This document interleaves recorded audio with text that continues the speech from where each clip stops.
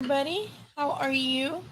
As always, I'm gonna give it a couple minutes to see if anybody joins, and if we don't, I'll just talk to myself and kind of recap the weekend. We had only Golden Boy this Friday because, as we know, they did not want to compete with the Conor McGregor and the other guy with the ear.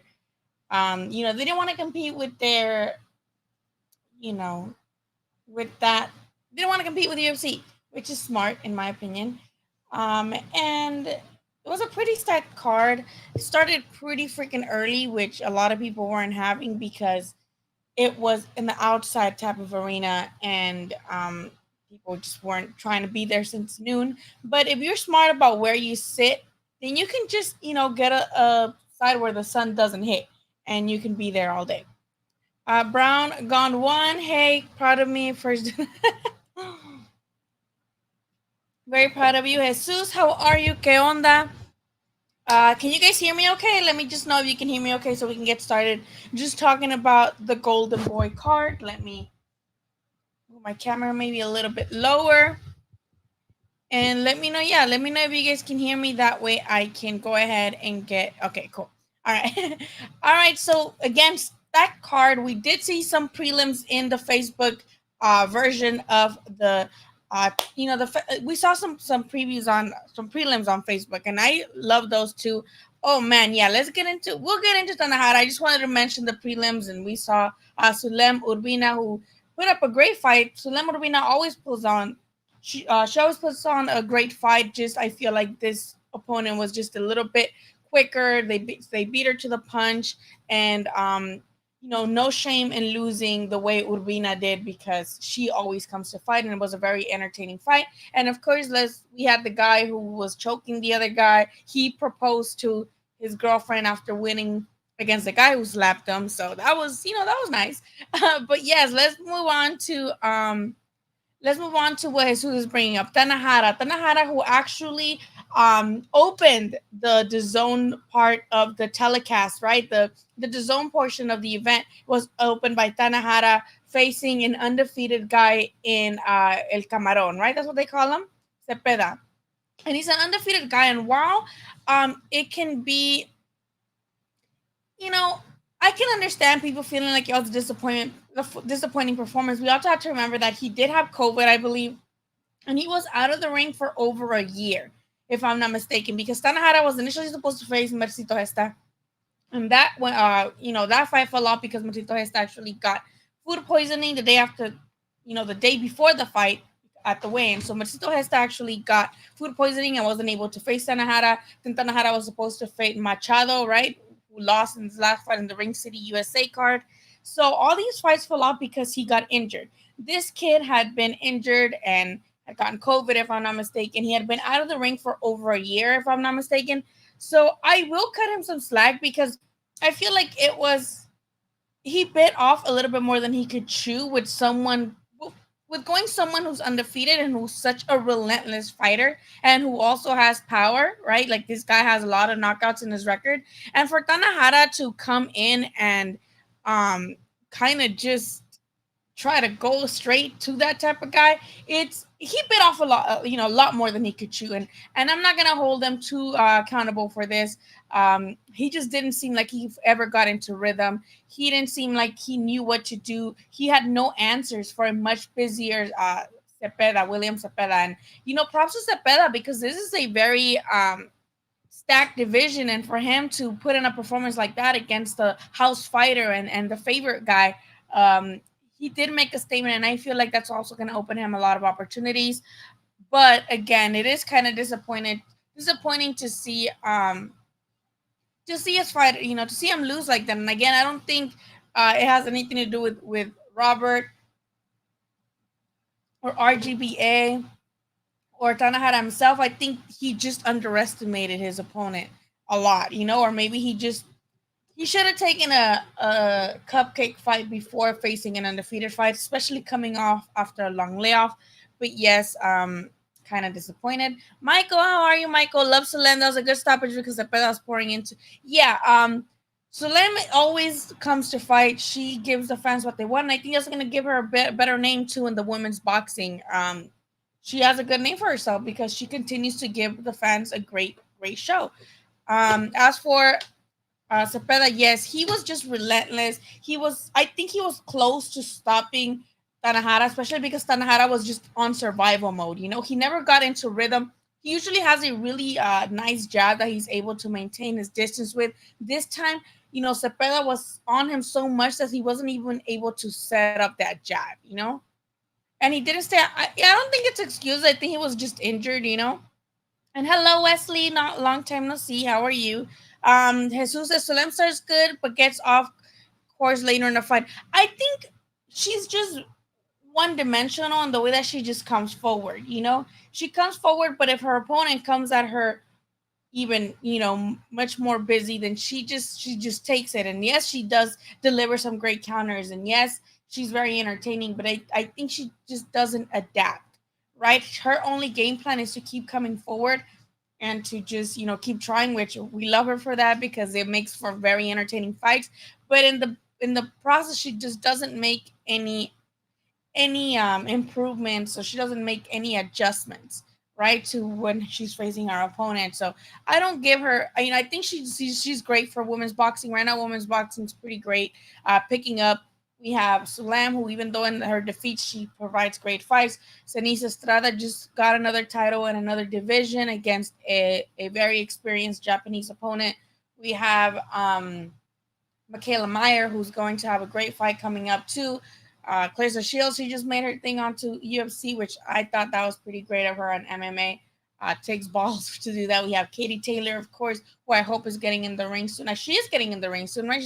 She's going into one of those Eddie Hearns fight camp or something like that, right? And of course we have Marlene Esparza, who Senisa Estrada just loves to clown on. Man, I love Cenisa's attitude with Marlene.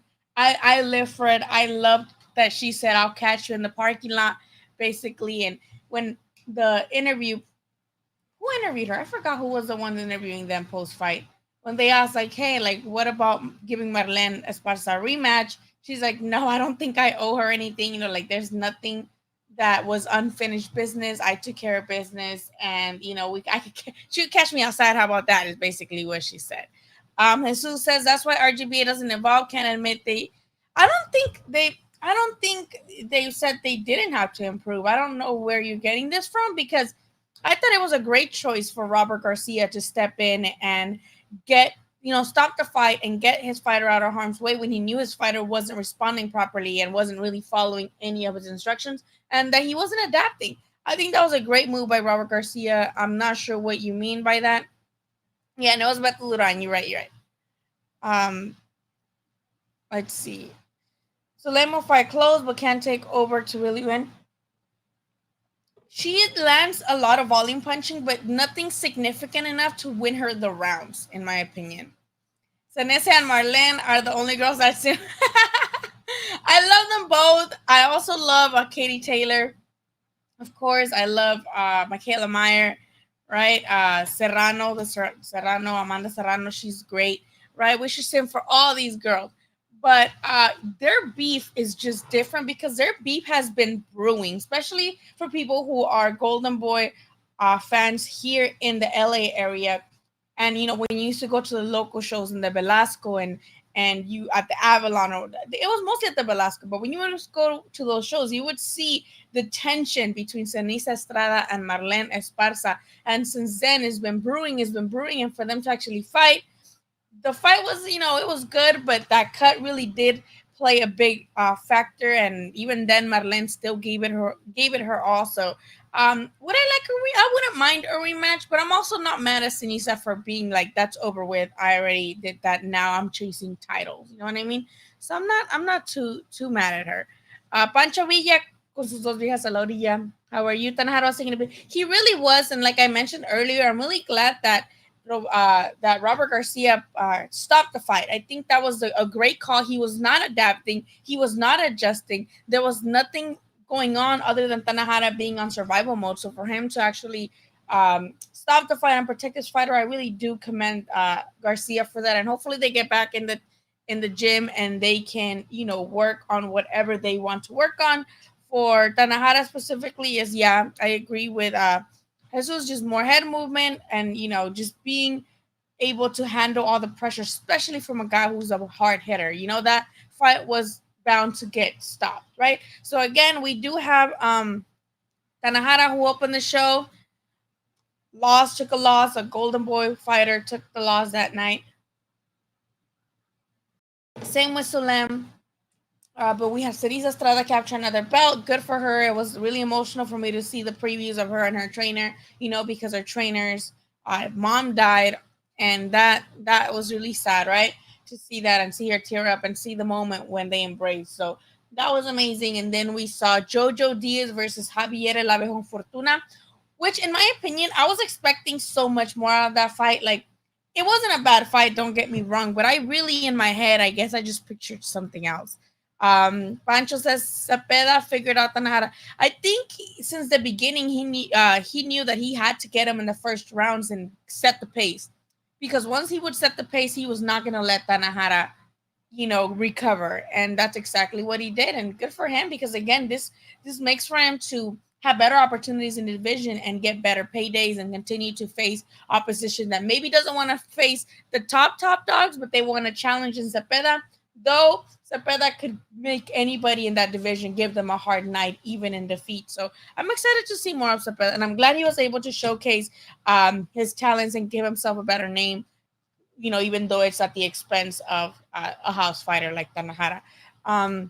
We also had, like I mentioned, Javier Fortuna versus Jojo Diaz, and that was an okay fight.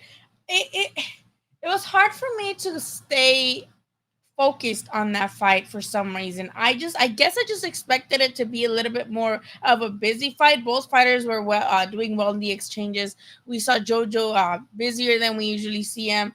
I guess I just expected more from Abejon because of everybody, avoiding him basically. And I did like that Jojo called out those people who avoided Fortuna and called them pussies and whatnot. He told them, hey, like, I fought them. I fought him. What about you guys now? Jojo Diaz win what a lot of people thought were wide scorecards. I still feel, even if the scorecards were a little bit closer, I still feel like Jojo Diaz was the rightful winner. And that he got another WBC belt or something like that, and his baby got a belt. I don't know if his baby got the interim belt or the franchise or the regular super belt. I'm not sure, but the baby got a belt too. And they made him put the necklace over, a little medal over Fortuna, just the participation medal or something like that the WC gives out. And Fortuna's still game. Yes, he lost to Jojo Diaz, but I think Fortuna's still game to give, again, just like Cepeda, one of the guys in the division, some good work, and I would still like to see him against the Ryan Garcias of the world, the Devin Haney's of the world. I like that Jojo Diaz said Devin Haney and Ryan Garcia. I wish he would have just said Devin Haney, because Devin Haney is his mandatory, right? That's why they fought for the WBC belt, right? They fought that as a kind of like an eliminator to be Devin Haney's mandatory. And here he is fucking calling out Ryan Garcia. So I think it's just because Ryan Garcia has the followers and he knows that would make for a great fight, a great in-house fight. But I really wish they would just fight Devin Haney, because that's the mandatory. I wouldn't hate a Ryan Garcia fight, but it's just like when Ryan was Devin Haney's mandatory, he didn't fight him, right? He like had no interest in fighting Devin Haney. He was calling out Tank. He was calling out Javante. Was calling out Tank. Tank and Javante, same place. He was calling out Tank. He was calling out Manny Pacquiao, right?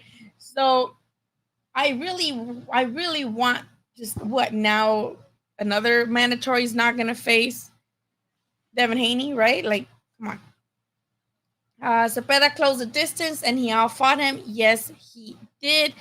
Lazy Lefty, how are you, Lazy Lefty? What do you think about Jojo Diaz and Abejon Fortuna? I know I was kind of hoping that Abejon would actually win. I was kind of hoping he would, but yes, the scorecards were a little wide, but I still feel like Jojo Diaz was the rightful winner. Let me know what you think about Fortuna. And I think it made me a little angry when people were saying that he should retire. Like, no, that guy is very much game for anybody the division. And I don't like when people say that he should retire. Hello, Lee. How are you? Now you're not only on Twitter, the chat, now here. Thank you. I appreciate for checking in and just tuning in really quickly here with me. I really appreciate it. Um, and of course, the main event. The main event was Zurdo versus Barrera. Barrera's kind of, he's been done. He lost to about every notable name at the light heavyweight division. When people kept calling him a heavy puncher, it really took me a while to be like, since when? Like, yes, he doesn't have like pillow hands, but I don't ever remember Sullivan Barrera being like this knockout puncher guy. Like I never saw him like such. Like when Sullivan Barrera comes to my mind, I'm not like, oh, heavy puncher guy. It's never, I've never gotten that. So they were really emphasizing a trait from Sullivan Barrera, which I feel like he hadn't had anymore for a while, right? He lost to about everybody. What really made me sad about Barrera is that Barrera turned down a fight with Kovalev after Kovalev had um, lost to Ward, right? And I feel like, man, Barrera, that could have been your chance to like beat up Kovalev because that was just a shell of Kovalev after Andre Ward. We know that yes, he's just very good. He was decent. He was a great contender, but he fell short with everybody. He lost to Ward, Rivol. I think Smith. Did Smith also beat Barrera? He lost about every top guy. He did have some great fights. I'm not saying he sucks ass. Great gatekeeper in that division, but I feel like at this point he's 39, I believe, and I feel like he should call it a day now. Like maybe fight Kovalev. I feel like I'd still give him the edge over Kovalev now because Kovalev is just a mess. And from what I remember, Kovalev did have a 3-fight deal with DAZN when he signed the Canelo Alvarez fight. And I liked shit. Fuck it. Give it. Barrera finally, he didn't take the fight back when Kovalev lost to Ward because of money. But I feel like, man, you could have done Kovalev dirty too, man. So I hope he does get Kovalev. I really would appreciate it. No more CRB fighters for Zurdo. The thing is that Zurdo, even when he was at 168, he would mention Bivol's name, but Bivol and his people, I don't know why. According to Lance Pugmire, who I saw on Twitter, he mentioned that they meant Bivol's team made a comment saying that they have a lot of offers. That yeah, Zurdo is somewhere at the top, but he's not the top. Like who else? I would love to see the names that is at the top of the list with Zurdo, because if it's not Berta BF, who else? Who would you fight instead of Zurdo? And I don't get their hesitation because at the same time, I think Bivol holds a very big advantage over Zurdo Ramirez. Zurdo does have great body punches. He's lengthy, right? He's big. He's tall. He has long reach. And even though I feel like he just moved up to 175, I do feel like he's bigger than Bivol. I think Bivol is more of a 168 than a 175, right? So in body shape, I mean, right? Not in weight, but just in body shape. So I'm just like, why would you, if I'm Bivol and I'm his team and I've already made 100 million fucking defenses of my title against guys we often have to box wreck, why not get yourself a great name on there like Zurdo Ramirez, who is trying to come up and make his name for in the division? Why don't you pop him in the forehead and it's like, hold on, little buddy, this is my division. You're with the big dogs now, right? Like, why doesn't he do that? It would be amazing. They both with Golden Boy has the partnership with DAZN. Bivol is with DAZN. Why are we not putting this together? Like, I don't understand. It's not like he's gonna fight our Bertabiev, right? Anytime soon. At least I don't think so. I would hope so. But who else would you guys? Paul Craig. That's not a. I don't think that's a better name than Zurdo though. Y'all crazy. Paul Craig. Jesse Hart defeated Barrera on points. He now lost 3 out of his last 4, and yes, he's 39. So I think at this point it's just it's time to retire. I remember they posted the purses for this event. I forgot what was Barrera's though, but I do hope that he does maybe hopefully get another payday or two. I know, that's why I laughed. I just hope that I just don't get it, you guys. I don't get on Bivol's side why not chase the Zurdo name when you have an advantage. I feel like he would give Zurdo a boxing clinic because this is gonna sound mean, especially coming from a Mexican. But I was never impressed by Zurdo at 168 either. I was just like, in my opinion, he never really faced any top competition. Right? He was kind of facing B level guys, which is fine, but he never really took that leap. Right? So the most amused and entertained I've been by Zurdo Ramirez was when after that fight he said "Me peló la verga." That was probably the funniest thing to me. Now I'm just like, see, I can see why Smith, but Smith is with Top Rank, and Smith just captured the title. Vlasov, I would like to. I'm not that I wouldn't, but I think the fact that Bivol has so many title defenses against like non-notable names, I would like him to have a title defense against a more known name.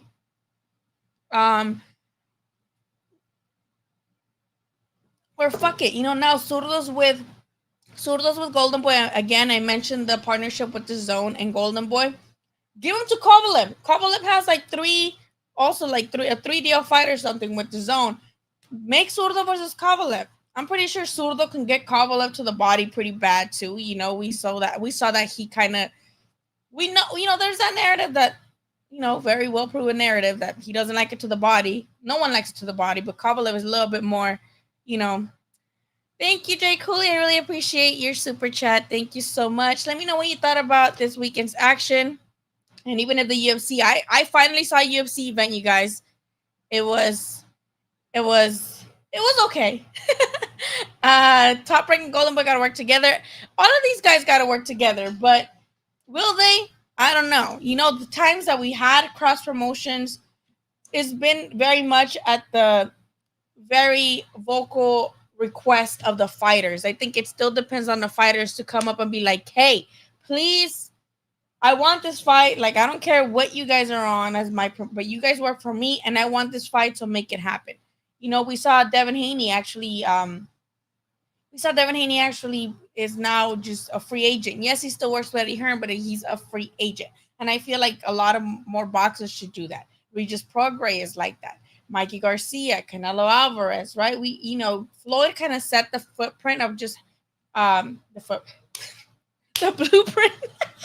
I've been drinking. He set the blueprint to like have an advisor and have a promotion you kind of work with, but also not tying you to that specific network or that specific promotion, right? So I feel like most of them should do that. And if fighters are like, hey, I want this fight. Can you make it happen? Like, I don't care what beef you have with the other promotional company. You make it happen. We saw Andy Ruiz go, who was already on PBC, go and do with the Zone and Eddie Hearn and them, right? We saw Top Rank and the Zone work together too when it was Ramirez versus Hooker, right? And we saw Top Rank and PBC with the first Wilder Fury fight, and they were supposed to have another one in a week or 2 weeks, but here we are now. Ramirez had the best boxing ability at 168, and he has a better boxing ability at what? Wow. I mean, yeah. You know what? Kinda. Because, we're not going to sit here and say that Bertabiev is his fucking boxing IQ master, right? He's just kind of hits really fucking hard. And that's what gets guys, right? That's what gets his opponents on the floor. Not his amazing stylistic boxing ability. It's those hard ass fucking punches that he often gives. As for 168, maybe so too back then, because you had Uzcategui, you had at the top back then, right? Uzcategui, you had Benavides. And Benavides he's also more of a power, and he's kind of stiff. And you might have a point, but I don't know. I just never really was wowed by him. But you might change my mind now, Pancho Villa. You might actually change my fucking mind. If Bivol isn't fighting Bertabiev or Joe Smith next, he needs to fight Zurdo. How long has Bivol been? When was the last time he fought? He didn't fight in 2020. I know that for a fact. Was Pacquiao his last fight? No, that was way too long ago. He fought some Dominican dude, right? We both fought some Dominican dude last that we had. I had a box strike. I think he was undefeated, but it was like against not the best opposition. So yes, I don't condone Bivol just making title defenses of all these guys. Like I want a good name. Joe Smith, I feel like he already fought, but I would love to see it again. With Bivol because he landed a one punch, but no Zurdo. I just don't say why it wouldn't be Zurdo. Lee says years ago, Sugar Ray Leonard formed his own corporation and hired Mike Trainer as a lawyer and advisor. Leonard Services went to the highest bidder. Damn, I love when Lee just pulls out his freaking like boxing history because this is perfect. And I think right now the promotional companies and promoters and sanctioning bodies have way too much power over fighters. Like it shouldn't be that way. Like the promotional companies are there to work for the fighter, and the sanctioning bodies are there supposed to provide for the fighters, right? But now it's just like they're tied. Fighters are either tied to a promotional company or tied to like a specific sanctioning body that they want to, for some reason, please them over another. And I don't know why that is. But this is a great idea. Sugar Ray Leonard he was on some other genius shit for reals. Pancho Villa says, pay attention to Ramirez's footwork and outside boxing ability. Mexican boxing is quick.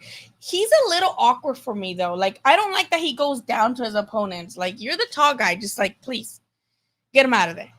Joe Smith versus Zurdo. That would be good, too. But, again, Joe Smith is with Top Rank. And Joe Smith kind of did not look that great. People actually had him losing that last fight he won a title in, which is, questionable. You can, have one or the other. He fought Craig Vicious on May 1. He won on points. This May? Oh my God! You are so right. I didn't watch that. What was I doing May 1st? I remember telling Miguel, like, what did I do May 1st? I remember telling me, because it was one of those day fights, right? It was one of those day fights. And I remember telling Miguel, like, what, did Bivol look good? And he's like, Bivol looked like Bivol. Now I remember, I tweeted it. I'm like, hey, I missed it. How did my boy Bivol do? And everybody just said Bivol did what Bivol does. And I was like, okay. So I took it. He won a wide unanimous decision. And that's exactly what he did. Lee, you are in freaking godsend in this chat. Thank you. You're right. And that's sad, right? I mean, I do drink, but I shouldn't be forgetting your victories and your opponents shouldn't be this forgettable. Like I should know. Maybe that's on me, but Anthony Yard, I remember he also had another fight post his Kovalev almost victory. And he looked okay, but I wonder if he's still not sparring motherfuckers. Because remember, didn't they say that to fighting Kovalev that they didn't spar and that they didn't watch tape on him or something like that? Which I don't think is true, but they be saying the most. Anthony Yard, he does need like a defining victory.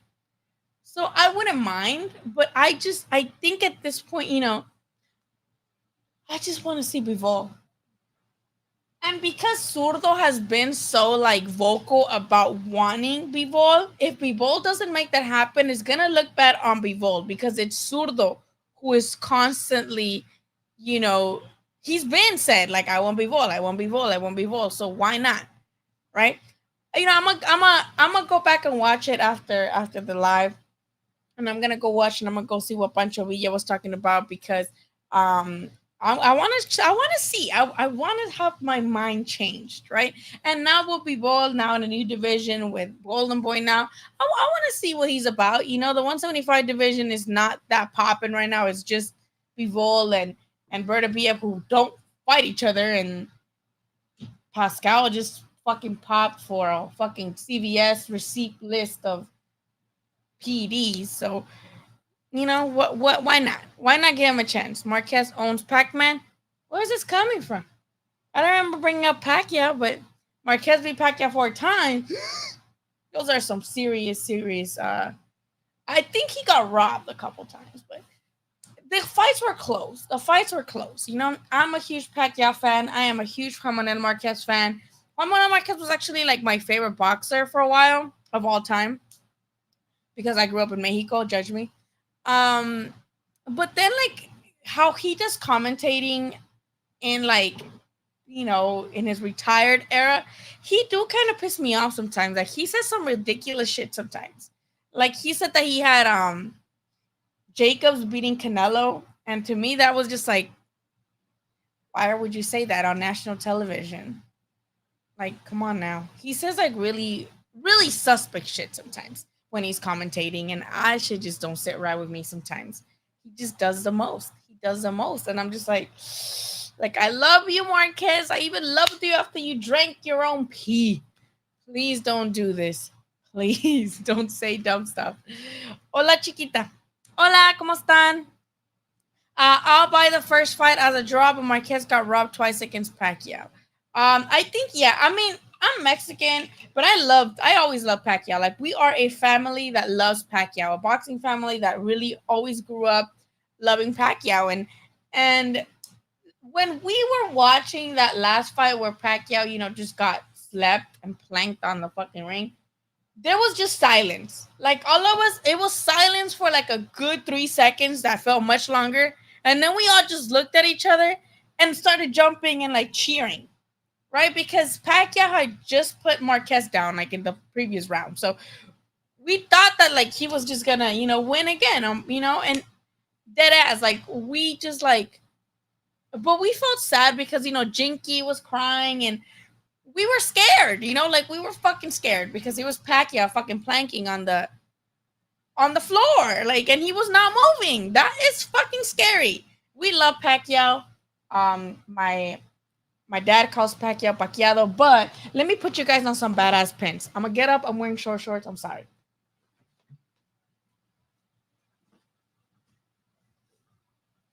So I have these pins, right? And I'm gonna link his profile, but I do have this pin. Y'all see it?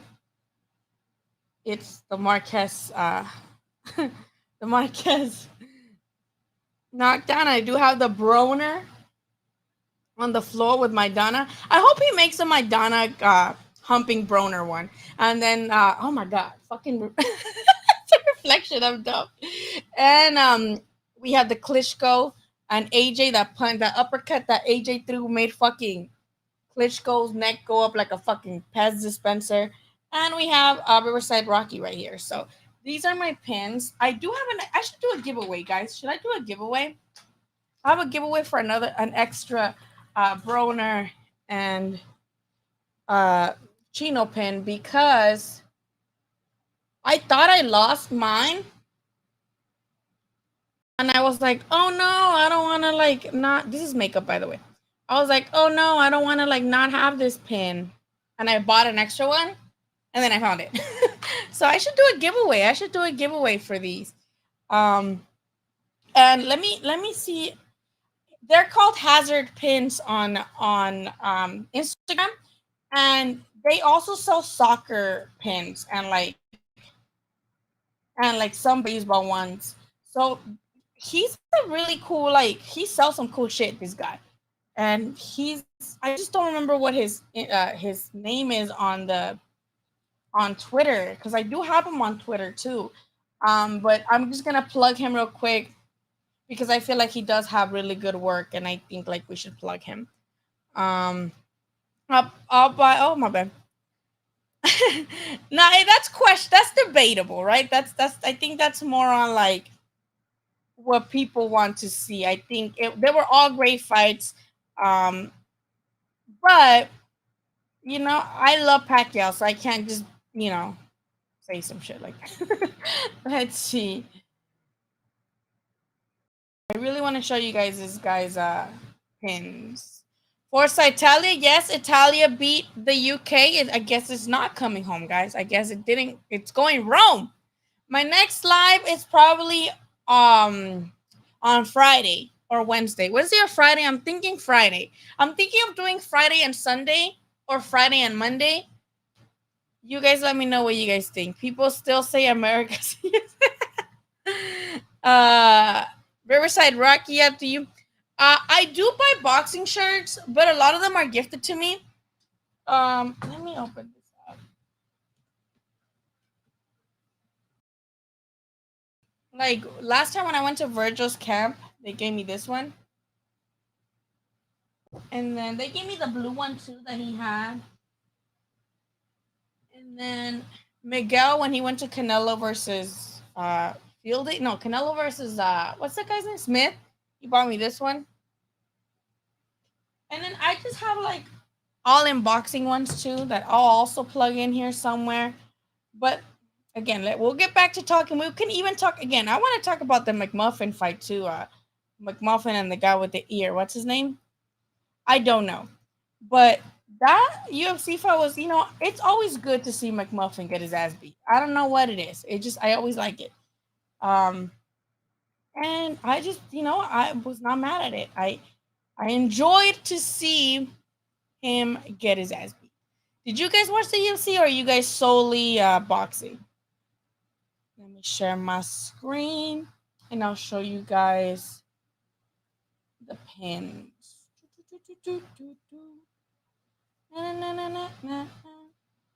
So these are the pins. As you can see, it's haphazard pins.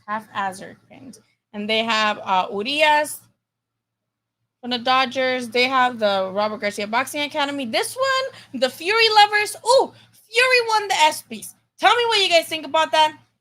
I'm not a Fury hater. Oh my God, it scared me. I'm not a Fury hater, but I just want them to explain to me why Fury didn't win last June or last July in 2020 when he beat Wilder the way he did, right? He like fucked Wilder up. He didn't win the ESPYs in 2020, but then he's going to win them in 2021 when he has not fought since the last time they had an award show. Like, how are you guys going to do that? How are you guys like going to give him a prize after he has not fought all of 2021? And like, he fought in 2020 before you guys had your award show in 2020, but he didn't win. So is it like rollover minutes? Like you roll over the victory onto the new year?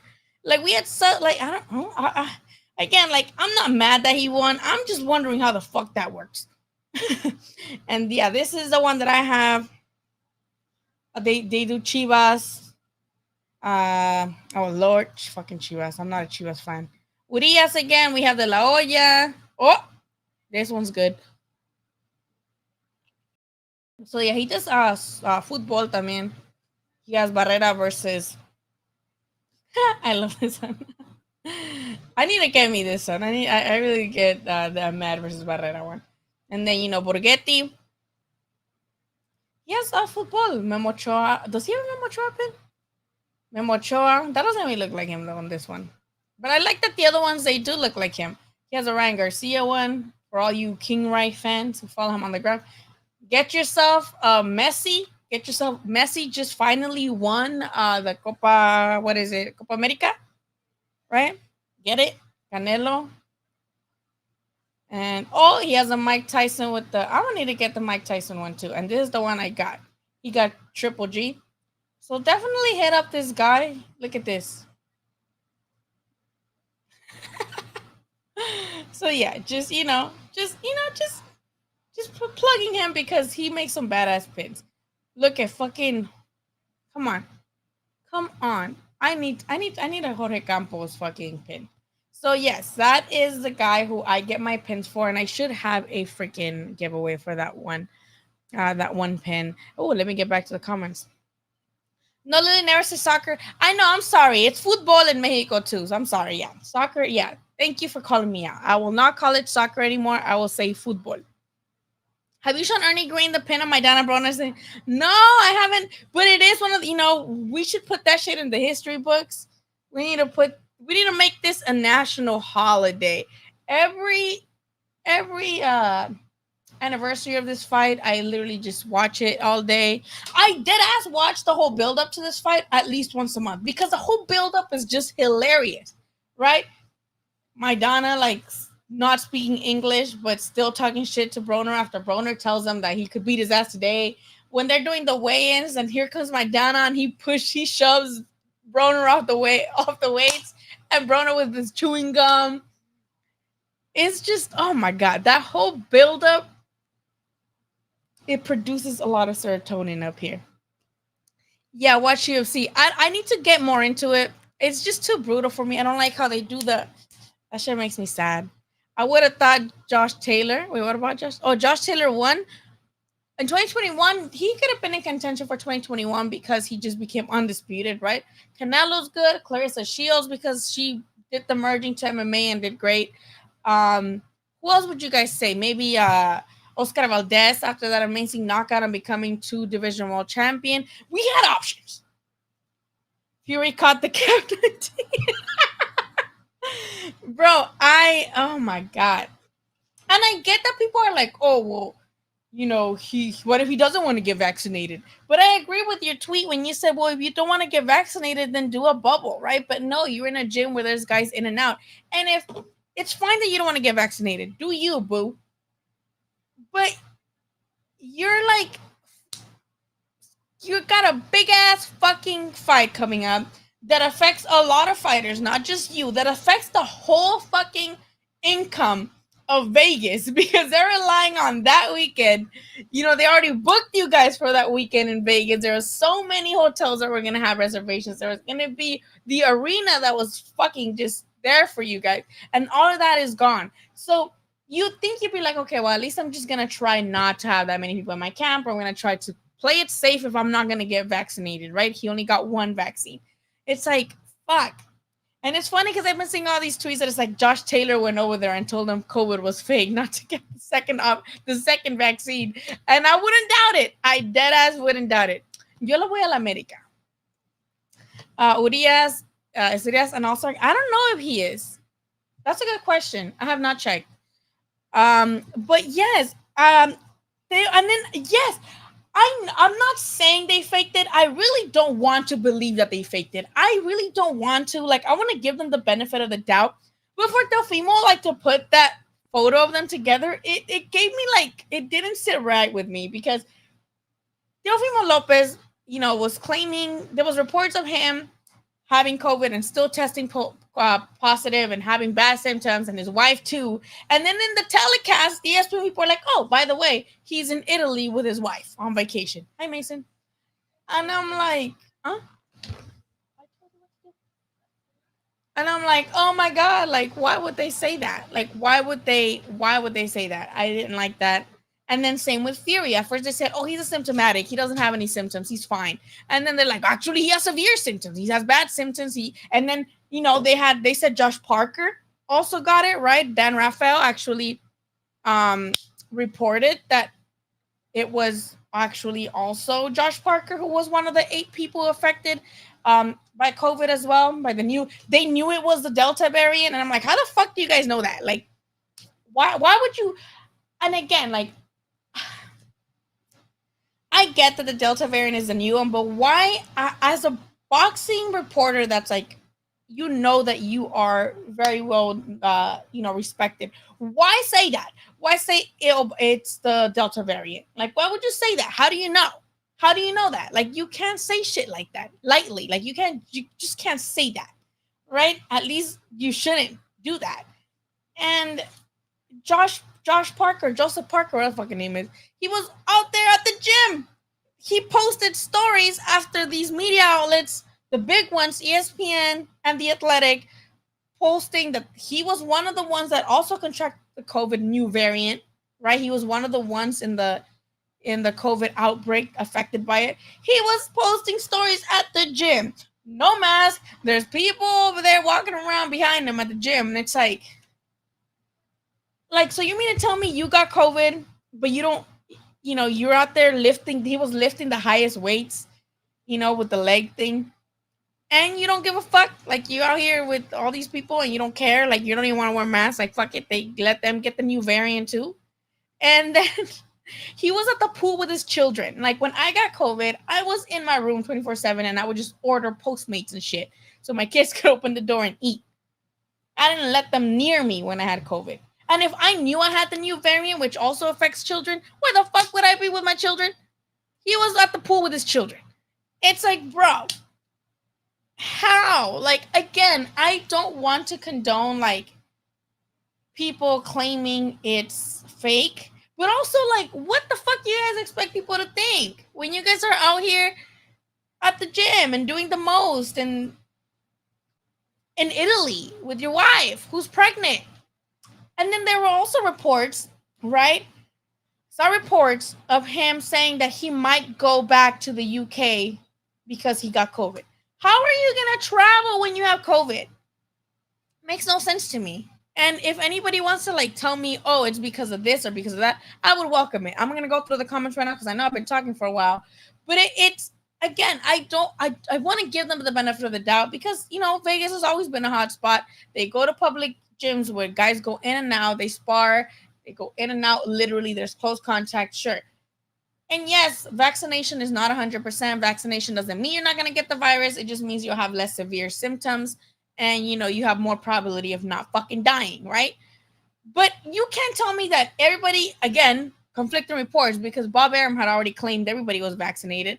You can't claim somebody's completely vaccinated and for all of you guys to get fucking COVID, all fucking every, like, 8 to 10 people reported got COVID and all of you guys were vaccinated. To me, if we all get vaccinated, they should reduce the fucking chance of the whole thing spreading. You know, maybe one person who still has a weaker immune system might get it, or just randomly 1 or 2 people might get it, right? But for the whole fucking camp, then none of them are vaccinated, right? And it's like, it's fine. When people say, oh, why, you know, now they're going to force athletes to vaccinate. It's like, I don't know if you knew this. Maybe your mom took care of everything. But in high school even, and like in school or even recreationally, when you played sports, you had to provide a vaccine record. I don't know why people think this is some new thing that like, oh, you have to get vaccinated for COVID or else you can't play. Like that's that. They compared it to like Nazi Germany, which to me was so fucking dense. But my kids play sports, not right now still, but when they played sports pre-pandemic, I had to give the trainers and the recreational centers their vaccination record. Like that's just, you don't want to get all the fucking little kids sick or whatever. Like I get it. So for people to act like it's this new fucking concept of having to get vaccinated in order to participate in sports, it's like, where the fuck did your mom take care of everything for you? What is going on? So yes, I know Lefty kind of you guys riled me up. I don't like that, man. A lot of fighters in the undercard are left with nothing now. They have to wait too. You know, all these guys are millionaires. Fucking Fury and Wilder, they got money, right? I feel bad for Wilder, but he got money. He'll be okay. Fury, he don't give a fuck about nothing. He got money. All these guys in the undercards, like they're waiting for these opportunities to be in these big undercards pay-per-views to get their name out there and to keep getting paid. And they're just fucking out here fucking it up. Said last night Messi should now be considered the GOAT. Now he won it. I think Pele's still the GOAT too. Maradona. And even in this generation, you can still argue that it's Ronaldo. I'm not going to argue that. I'm not saying I would be the one to argue that. But there's people that will definitely argue that. And let me see. Sorry, I'll get back to the comments. I'm sorry, you guys. And I'm not going to the Bookies concert. I wasn't able to get tickets. What the fuck is Chale and do I spend no time? I'm confused. Has Mexico ever? I think once or no. Someone remind me. I think just once, right? SP has gotten through claiming the one title by stunning KO at his age. True legend. Aram said, yeah, Aram reported that everybody was vaccinated. He claimed everybody was vaccinated after, remember when he was when they were at the press conference for Ramirez versus Taylor, he was like, take your fucking mask off. COVID is over. No more fucking mask. And it's like, bro, why are you saying that? Like, you shouldn't say that. It looks like the rest. No, it's not. I read that it won't go on alone. From what I read last, but everybody follow Sports Talks with Troy. Great channel. I would love to know more about that because the last time I read, it said that it was not going on its own. I would love for some of those cards like the Hellenians versus Nawaki, what's his name, to go on like the undercard of another PPC event. Like that'd be great, right? But for the last time I heard, Oh yes, if you are on Twitter, go on Chicken Talk. It's honestly like the most interactive boxing talk you're ever gonna have. Like you can be talking, it's great because everybody, you give everybody a platform. Lefty, I could never. You are too patient. You got those Peppa Pig sounding motherfuckers on there saying the dumbest shit. But Chicken Talk, where everybody has a voice, even if it's a dumbass one. Chicken Talk, follow Lazy Lefty on Twitter, dude. Put your put your uh put your handle so I could put it. Chicken Talk is just one of those spaces on Twitter, and he gives everybody the time of day to be saying whatever they want to say on there. Word is Fury's partying. People saw him. Also, word is he got beat up in sparring. Let me see if I can pull it up. Let me see if I can pull it up. Fury sparring. There was pictures of him looking a little busted, to say the least. And there's people who say that that is why they stopped it, because he was, I mean, what they claim he has COVID because he had been getting got in sparring, right? So that's what they claim. I'm not sure if it's true. Um, I'm not sure if I'm not saying that's true, so don't come at me. But it's kind of, I mean, it's one of those things that again, it doesn't look bad. I mean, it doesn't look good for you. It looks bad. It fucks up your reputation. Okay, so here's one of the pictures. I wish I could zoom it in. Let me see if I could zoom it in. Um, and he's over here looking. Let me see. Oops. Let me see if I can zoom.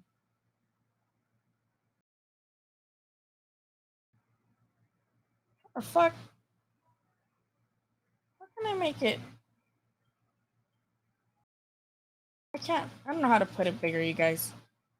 That's basically it. He looks a little busted. There was a close up. I don't know if anybody has a close up, but he had a close up of him looking super busted, and people are saying that he just got. Oh my god, I'm not gonna post you guys saying dumb shit about COVID because y'all are dumb as fuck. Fury training at UFC gym and no UFC fighters or employees caught a Delta variant. You know that meme of the guy like this, like that's me. And I'm not gonna fucking show here. I'm not gonna give you guys a time when you guys are arguing against COVID. I'm not doing that. I got COVID. I know fucking plenty of people who died from COVID, and I'm not gonna give you guys a time of day. People at gyms working on the floor touching hairs. They're doing the most. And I think that's what sucks because there's fighters who really did get COVID, right? I'm not saying that this is not me saying that they're faking it. But there's fighters who very much did get COVID and had negative effects on their career because of it. And here are guys who are using it, who might be using it as a cop out. If people trade abroad, they might. Yeah, traveling too. Same thing. Thank you, Juan, for pointing that out. I don't get why they're like, oh, why should they prove to be vaccinated? Like, what? That's so bad. It's like, bro. You know, and it's funny because Josh Taylor is very open about being like COVID is a hoax and COVID is a lie and anti-vax, right? Sonny Edwards the other day, he posted some similar shit like that. So I don't know what's up with UK people and not believing in COVID, but that is very sus to me. 10 people didn't get COVID. They're like, I don't want to say that because I want to give them the benefit of the doubt. But it sure as fuck does not look good. It does not look good. Jared Anderson, Jagba, yeah, the top ranked guy. Camps didn't get it, and they was working with Fury. You can't find anybody with it.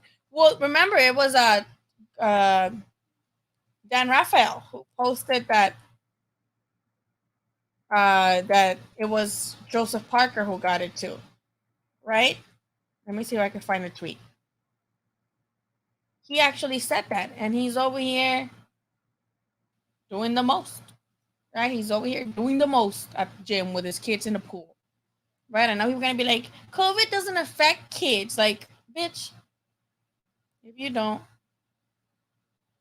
Yeah, it says boxing. Joseph Parker, Tyson Fury reported contract COVID-19. Blockbuster fight postponed. So they are, here saying this is a New Zealand newspaper. Yeah, they're saying it was Dan Raphael. Respected boxing writer Dan Raphael tweeted on Friday afternoon that Parker, along with trainer Andy Lee, are amongst those who have tested positive for the virus. Parker had been in Las Vegas training at Fury's camp. Another heavyweight boxer title fight between Fury and Wilder is scheduled for July. And these dumbasses put July 25. According is off. Whatever. And again, like, these are things that, like, affect so many other fighters. Like, all the guys in the undercard are now not having. They're gonna have to wait, and waiting until October. They're saying that it might not be till October, and that to me is fucking insane. Waiting until October because they can't do it in August because they have Pacquiao versus Spence, right? September, that's Canelo month, right? I would still like it in September, but they're for. You guys gotta understand, just like venues and planning shit. Like, you can just be like, actually, okay, not this date. Let me just get this date. Like, these venues are gonna be like, we got shit going on too. So for them to be doing this, it's really just sad. And again, if they do got COVID, like, fuck, that sucks. It sucks. But these guys out here doing the most. Like, they're out here in the pool. I don't have the video. I just saw it on Twitter, and I wish I would have saved it. But people are just out here doing the most, man. It's just, oh my god. Okay, let me get back. Dude with COVID posted a story of the UFC fight. No way! If you're gonna say you have COVID, either like quarantine, even if you're faking, because when you're going out, then that just tells people like, wow, you have COVID and you don't give a fuck about like possibly infecting someone with a low immune system that might die from it. That's sad. Mexico has they never won a Copa. Which Copa did they win then? When Cuauhtemoc did the Marometa. Remember when they were all running, like, and then Cuauhtemoc fell and he like kind of stumbled? What Copa was that? Copa de Oro? No, Copa de Oro is fucking. What the fuck? What Copa was it? Mexico not play Copa America, South America. Yeah. Was it Copa de Oro then? Yeah, right? Argentina's won. It's 9, the most country, but first since 1987. Stay away from football. Oh, God. You know what? Shut the fuck up. Get out of here. Y'all are so fucking. Why are y'all so defensive about shit? Just saw that Berta versus Smith Jr. are talking. See, I think Berta knows that Smith Jr. like did not look that great in his last fight, and he's like, let me capitalize on this. And they're both top ranked, so fuck it. Serve them on a silver platter. Thoughts on Rosado K over Beck the Bully and Morel K over Casares. Ooh, that fucking Rosado knockout. I was on a bus to Mexico when I saw that shit, but the zone comes through. So I'm on my phone on the zone, like, and they were like, oh fuck, on the bus, screaming. People are like, are you okay? Amazing knockout. And for Beck the Bully, who was he was a shining star upcomer guy, right? He had a lot of promise, but man, like, he got good. And Rosado, for him to have this type of moment this late in his career when a lot of people dismiss him, was great, because now he's got a Munguia fight, which is gonna make some decent money, right? And Rosado has always given us great fights, even when he's losing. That Sulecki fight was pretty fucking amazing, right? Against Sulecki. And then, he didn't quit over Triple G. It was his trainer. He was not gonna fucking go down. And then just against Jacobs, in my opinion, I felt like he won that fight against Jacobs. So Rosado has, proved that you can have a lot of losses on your record, but that you can still give badass performances and the people still love you. So I love Rosado. I would actually have, you can make a case that he could beat Munguia, because Munguia is still so green. Like, not only does Munguia always look like a child, but he just doesn't look very confident in his game. Like, he doesn't look like he's confident in his game plan and what he's doing. And that might be because they're trying to change, his style a little bit now with Eric Morales. But he just doesn't look like he's, like, he doesn't look. What's the word? He doesn't look polished, right? He doesn't look like a polished boxer. He looks like he's kind of just like, here it goes all these punches. And let me. He did look a little bit better, right, stylistically, and he did have better defense this time, but still not the best. So, you could feel like Rosado with his experience, he could actually make it a really tough night for Munguia, or Munguia can just knock him out because of all the wars that Rosado has already been in. So, I mean, who knows? That's a great fight, and I know that's coming up next. Morel over Casares was very satisfying because Casares is the same dude that would brag about beating Canelo in the amateurs, but Canelo turned pro at 15, so it's like, why are you bragging about beating like a 14, 13-year-old Canelo? Like, that does not hold any fucking. What do you mean by that? So Casares kept calling out Canelo, right? And then because he beat fucking Chavez Jr., he got all high in the head, like, oh, I beat Canelo in the amateurs when he was fucking 13 years old. And now I beat the son of the legend. Like, he got like hot headed, right? So it's like, for him to get knocked out like that in the first round by like Morel's Cuban, right? That was very, very satisfying. And I'm glad he did it that way he can shut the hell up forever. Oh, I know that Trinidad Tobago game was sad. Robert Garcia. I just hope Robert Garcia. He does have a really big important fight coming up with Joshua Franco against Maloney, right? And that's gonna be the third fight because the first fight, Joshua Franco won. Joshua Franco won in a really cool fashion, and then the second one, Maloney, it got stopped because they claimed there was a headbutt, but I didn't see one. So it was like a really weird, controversial second fight, and now the third fight, right? The third fight is gonna be in Oklahoma, if I'm not mistaken, right? In Oklahoma, it's like, why y'all making it over there? Who the fuck is from Oklahoma? Because I know Joshua Franco's from Texas, right? And then Maloney's not from here, so like, why are you making it in Tulsa, Oklahoma? But I really hope that it's not another losing streak for him. But I mean, that doesn't add to a losing streak. But hey, like, I think Maloney is no fucking joke. Where's Andy Lee at? I don't know. Where is he? The Confederate.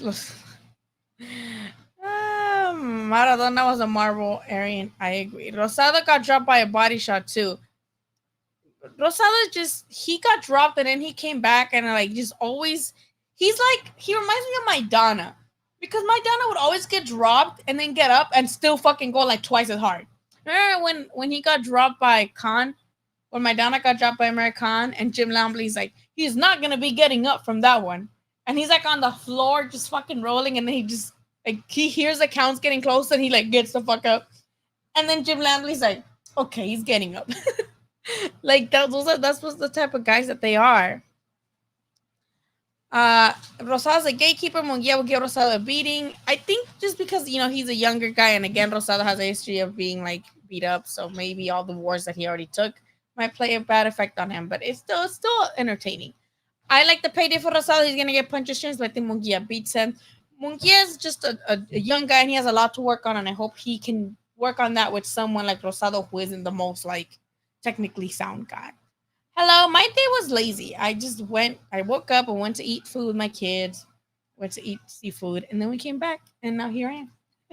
I'm working on a story tonight. I'm finishing it tonight for the Rosado. Mason, are you okay? For Rosado versus Castaño versus Charlo, because I interviewed not Charlo, Castaño's dad, and I talked to Castaño a little bit on Friday. I went to the gym and kind of got to talk to him. And I'm writing an article on it, and that will be up on the website tomorrow. So yes, Casares still talking smack, saying Morel rabbit punches were uncalled for, and he didn't feel his body.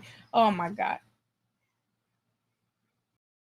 If I was Morel, I'd be like, fuck it, let's fight again, and then see the same outcome. If it actually happens, I think Jojo beats Haney by split decision. Really? Huh. I think Haney has a better boxing ability that's going to frustrate Jojo Diaz. Kind of similar to kind of like the Gary Russell thing. Even though Jojo gave Gary Russell a really good fight, right? You're correct. Why though, Lee? Do you know why? Do you know why they're over there? Because again, Malone is from what, Australia? And then you got Josh Franco from Texas. Is the guys on the undercard from Oklahoma? Like, I'm just confused why they didn't do it in Texas. Mark, a Savage saw a clip of his son, and yeah, that was my dad is just on some other shit. Haney's too. Yeah, I agree with Pancho Diaz here. Pancho Diaz for Jojo Diaz. I agree with Pancho Villa here. I think Haney's just too a little above Jojo Diaz when it comes to skill around the ring. I don't think Jojo is beating Haney either. I just don't. I would love to know how you came to that conclusion and what attributes you see in Jojo Diaz to feel like he beats Devin Haney. Do you think that Canelo versus Plant fight? Oh, that fight better get made, bro. That fight better get made. I know people are saying that Caleb Plant is pricing himself out. Fuck it, give him the money.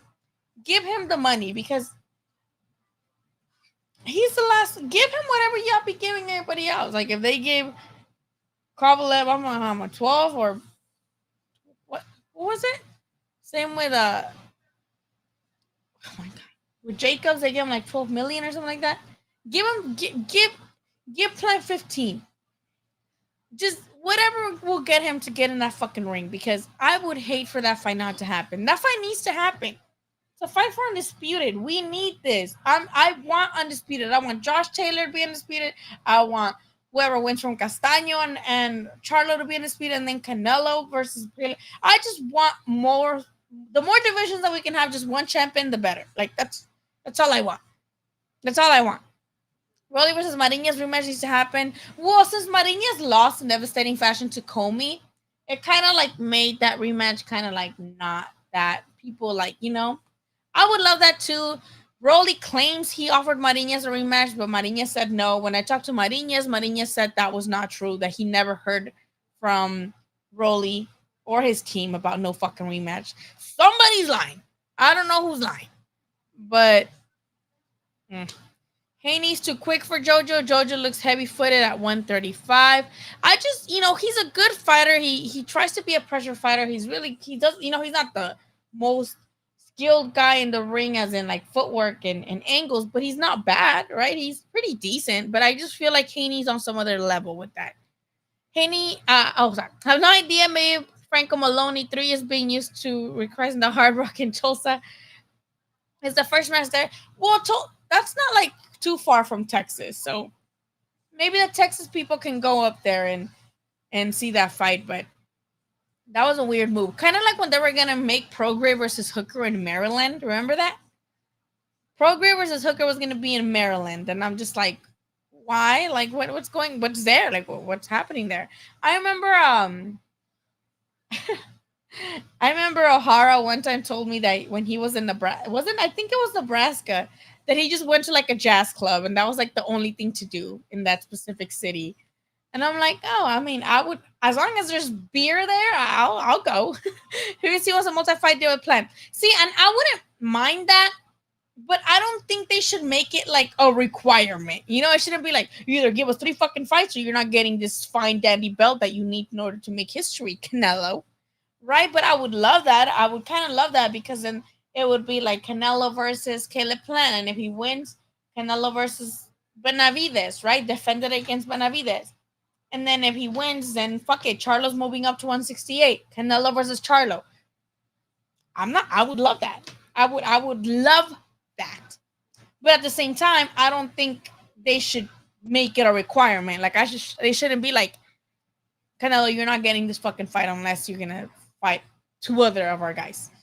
Because Canelo got plans. We know Canelo got plans. We know Canelo wants the first Beterbiev, which in my opinion, why would you do that? Why would you want that? What does that? Why?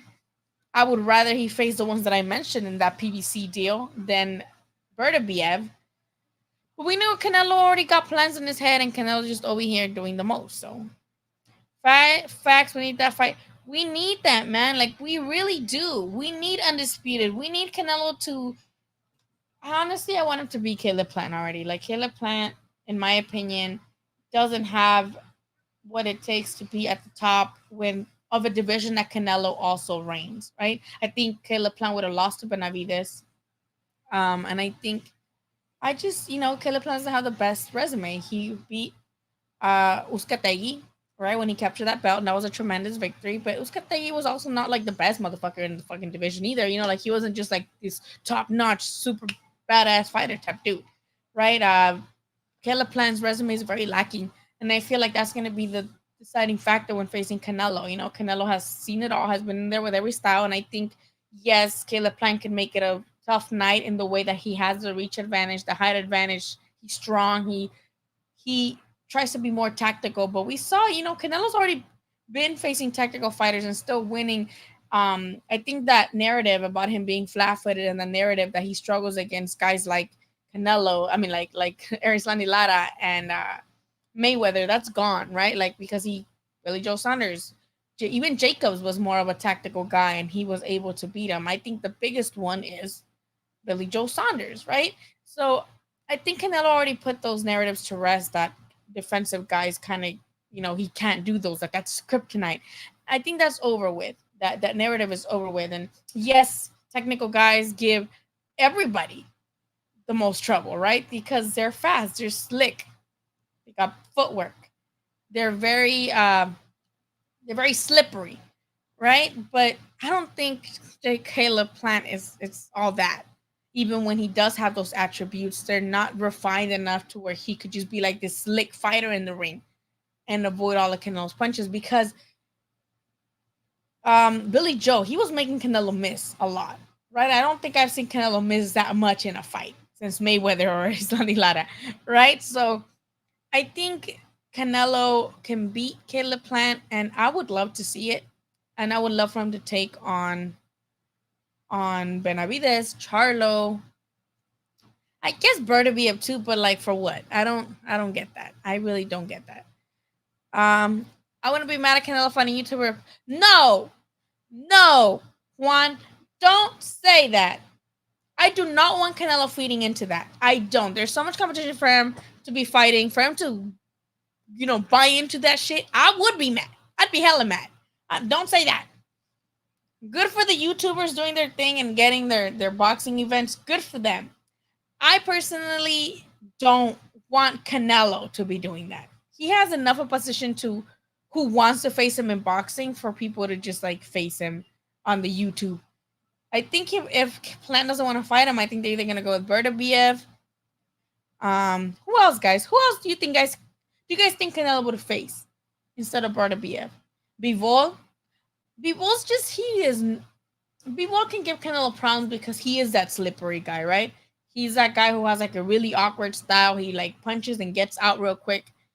I like Bivol a lot.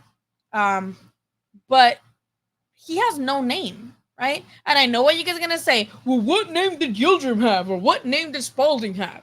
But those were just mandatory. Like the Yildirim fight was a mandatory, and I'm not mad at Canelo for taking that because he had already fought a great fight by becoming, a real champion at 168, and we knew that Billy Joe Saunders was next. Like when he fought Yildirim, we knew that Billy Joe was next. So I wasn't mad about Canelo fighting that. Was it unnecessary? Kinda. What the fuck? But I think it was just like a stay busy fight, a cupcake fight, right? But with Bivol, it's just like he's just like, yeah, you can capture a title, but it's not like people who are the casuals will know who Bivol is, or it'll be like a difficult fight for him for what? Like I would like for that fight to happen, but I just don't feel like he's even looking at Bivol's direction. I think for him is Bertaviev because he saw how vulnerable Bertaviev can be. Bertaviev has been down before. In his last fight, Bertaviev didn't look too crafty anymore. Bertaviev is also like 36 or something like that, right? So I feel like Canelo's like, right? I don't want any other fight made. I want Canelo versus Plant. Like, I need that fight to survive. I would like Josh Taylor versus Mikey. That would be a great fight. And that'd be a great fight, but also like it'd be sad if Taylor also beats Mikey and then like you could say that he's beating all of Robert Garcia's guys. Kind of like with Broner, all Robert Garcia's guys who have fought Broner have beat him. You think Canelo fights? Yeah, no. I think Canelo fights. The date is Canelo's. Who he fights, who the fuck knows? But the date is for him. And according to Eddie Hearn, they already started talks with Plant. I just need that fight to happen, man. I need it. I'll be so mad if it doesn't happen, man. I'll be so mad. That fight ain't getting made. No, don't say that, Lefty, please. Lefty, don't say that, please. We gotta do the good what do they call it? Juju. Where we all think that it will so that it does. The what do they call it? The secret of the attraction, what? The law of attraction, some shit like that. No, please. Dude, and even then, Plant is not fighting Benavides. Plant knows damn fucking well he's not fighting Benavides. He's not. Especially when Benavides don't got no belt. He wasn't even fighting Benavides when he had a belt. I don't think he'll fight him now. What is it? My Twitter handle, Billy Ho Saunders, or Twitter Lily? Well, my Twitter handle is Lily Ho Saunders. My Instagram handle is Billy Ho Saunders. On Twitter, Billy Ho Saunders didn't fit. It was too long. So because I couldn't include something with 2 L's, I'm like, I'll just put my name. My name is Lily Ho Saunders. It's just a play of words. But I would have so many people, like when, on Instagram especially, because I do have Billy Ho Saunders, so many UK fans in my DMs mad. Like, are you trying to slander Billy Joe Saunders? And I'm like, it's just a play of words. Like, it has nothing to do with Billy Joe Saunders, like, at all. It's just a play of words. I was going to use Dyke Tyson, but I'm like, that's kind of offensive, and I don't want to, like, offend anybody. So I didn't. So it wasn't between Billy Joe Saunders or Dyke Tyson. Like, just a play of words. I didn't want to, like, offend anybody. But Billy Joe Saunders fans still offended. And then there's a lot of people who think that I changed my name to Billy Joe Saunders on Instagram after Canelo beat his ass. It's like, no, I've been having this handle since like 2012. Like, I've been having this handle. Caleb Plant is average. The only good thing about Plant is his wife. That's it. Yo, Jordan Plant, she's bad. She's bad. And she does a great job. So I do give you that one. Nobody being Canelo. Nobody besides Floyd Mayweather, and I think nobody beats him right now. I really don't think anybody beats him. Plant has a style to beat Alvarez, but Plant doesn't have the talent. That is a very good observation. He does have the style because, again, stylistically, it's known that Canelo, he loves people that come at him because Canelo's a natural counterpuncher. So he needs you to be coming at him so that he can come right at you back with the masterful fucking counterpunchers, right? Counterpunches. So Plant, somebody who's more of a tactical fighter, he's not going to be doing that. He's actually going to be on, very, very maintaining his distance, trying to settle hide behind a jab, right? He's going to just be trying to time Canelo. And but I feel like if anybody could have pulled that off, it would have been Billy Joe Saunders, right? Like, I don't think, like you mentioned, I think I gave Billy Joe Saunders more of a chance to beat Canelo than I do Caleb Plant. I maybe I'm wrong, but I just don't see. This is a really good point, though, and it's beautifully put. I don't think I would have put it this beautifully. Broken heart Plant is not beating broken heart or broken hand. He broke his hand. Ask Killer Mo what she think about the Pac-Man. I'll show you guys my phone.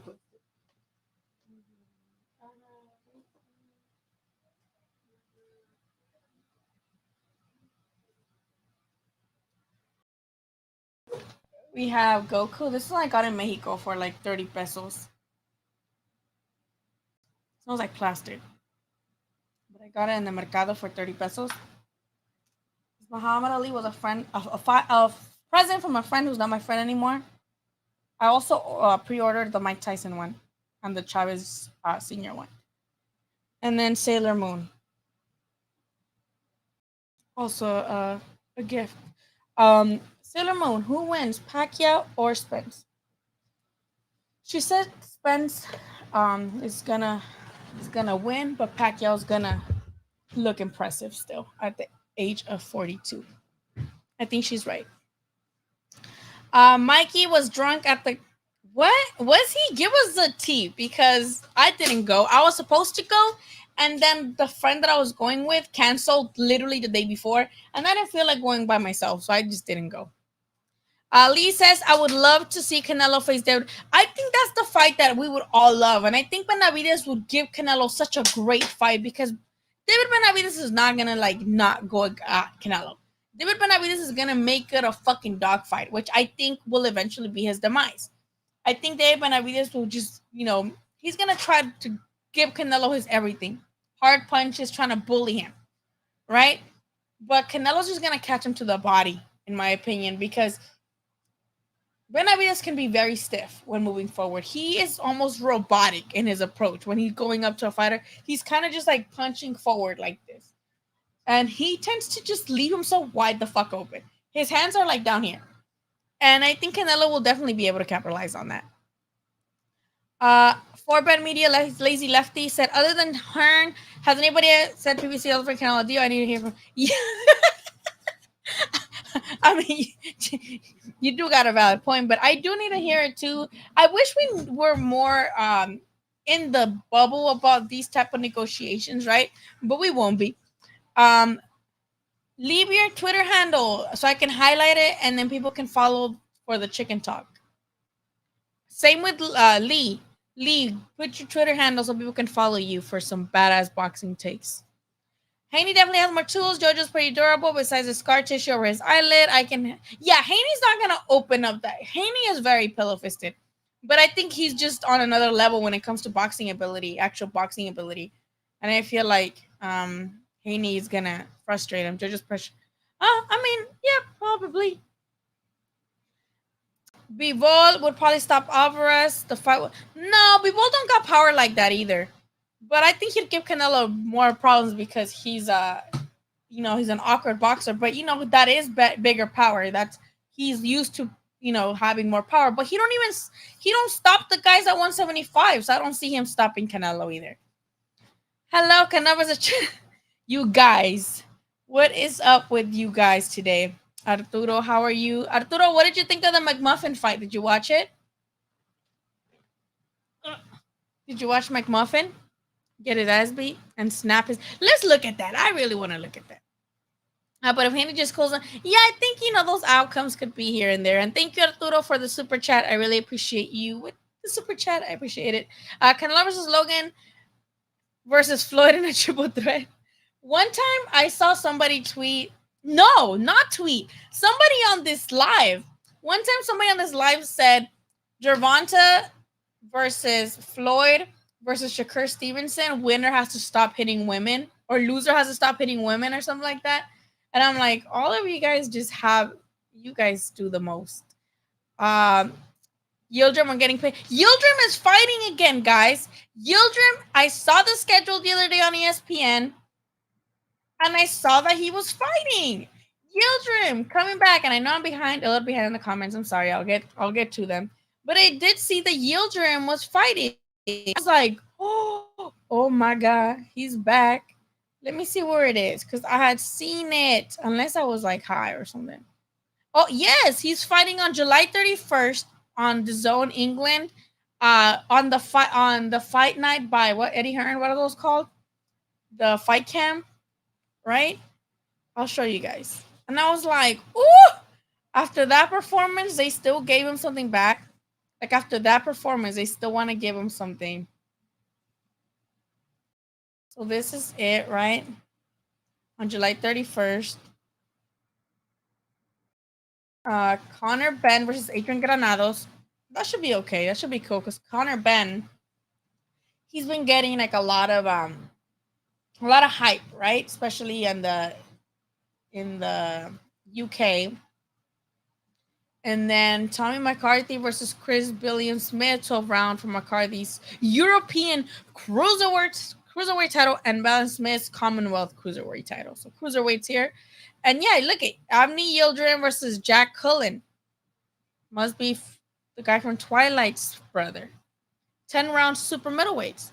So I'm not gonna lie. I'm a tune in because I am intrigued to see how Yildirim does now with someone that's not Canelo Alvarez. It was really sad because I remember they were saying that Joel Diaz was getting fucking death threats from like Turkish fans because they were mad that he stopped the fight.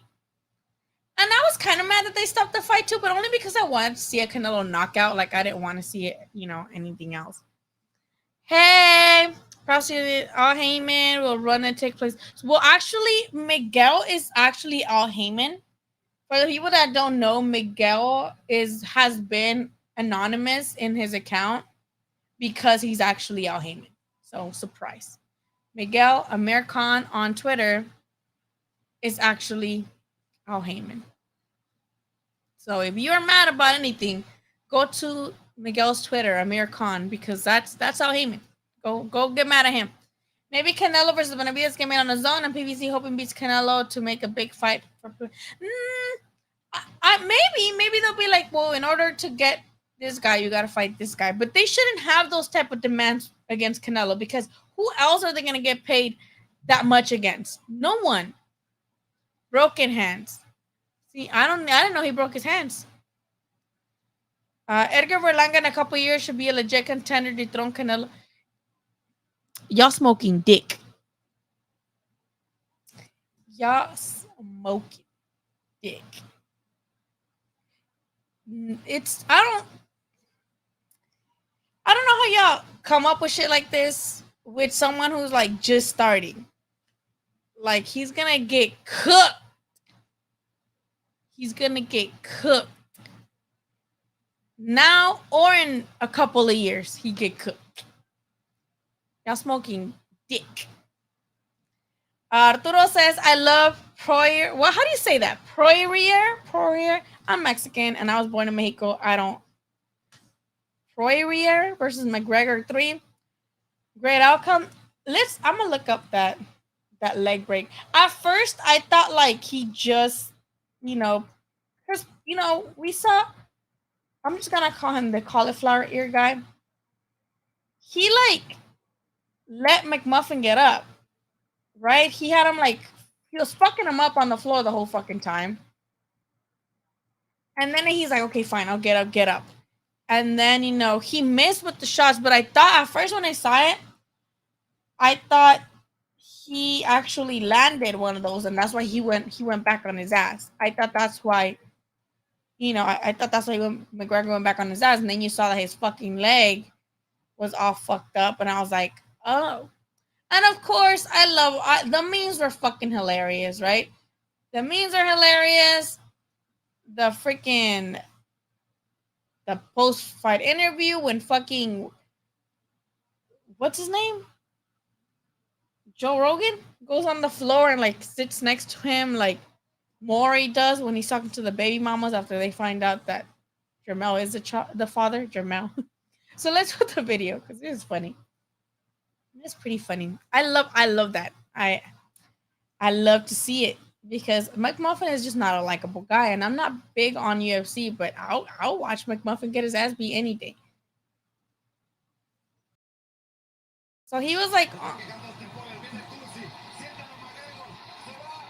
sientan a McGregor. So he like lets him get up, right? And then oof. Oh, look how his leg is dangling. Hold on, let me put it. His leg is like this.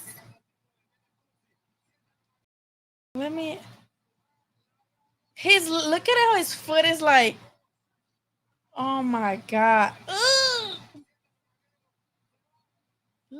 Oh god, that is so disturbing. That is disturbing. This is a close-up. Look at that. Oh my god. Oh, that is gruesome. And I know a lot of people are like, oh, that's why the fight was stopped. Like, motherfucker, he was still getting his ass beat the entire fucking fight. And then you saw him like, he's still, I don't know. I didn't know what he said. I needed subtitles. We knew Jake Paul or whatever. He is making so much fucking noise with the boxing community too, because he's a good fucking trash talker. So he's doing the most. I love this meme in particular when it says that was Dustin, the diamond or what his name is, pulling up to McGregor in the hospital room. I had to say, your wife is in me DMs. I love that. I love that. It was cool. I agree. It was a great outcome. Was the red toy in the back? Oh, that's Chewbacca. It's a Valentine's version of Chewbacca. I'll bring it right now. It has COVID, the figure. All I know is that Andre doesn't deserve to fight Canelo based on his nickname, the fuck Boo Boo. I don't think he deserves to fight Canelo. He hasn't done shit on his own to get there. And I know the argument again comes back to, well, what did Yildirim do? And what did Rocky Fielding do? Those were strategic moves. Like, Yildirim was just a fucking cupcake, stay busy fight / mandatory. Rocky Fielding was a strategic move to try to be 3-division world champ, which in my opinion, that didn't count. I didn't count Canelo as a 3-division world champ until he actually beat Smith, right? I didn't count him before. But Boo Boo, for him to go up and be like, who have you fought? Like, are you kidding me? You on payday. It's true what Canelo said. And hearing Canelo cuz his ass out in English was a great fucking, it was great for boxing. You know, he's like, get the fuck out of here. I'm going to fuck you out right now. And that stuck with me. And I like it. You see what I did? Oh, I'm about to, you know what? I'm out. Conor Benn speaks very good Spanish. I remember that he got interviewed up after that last fight. That was when Dillian Wall for Povetkin, right? The second time when we saw Conor Benn sleep that other guy. I'm not getting up anymore, y'all. Y'all killed it.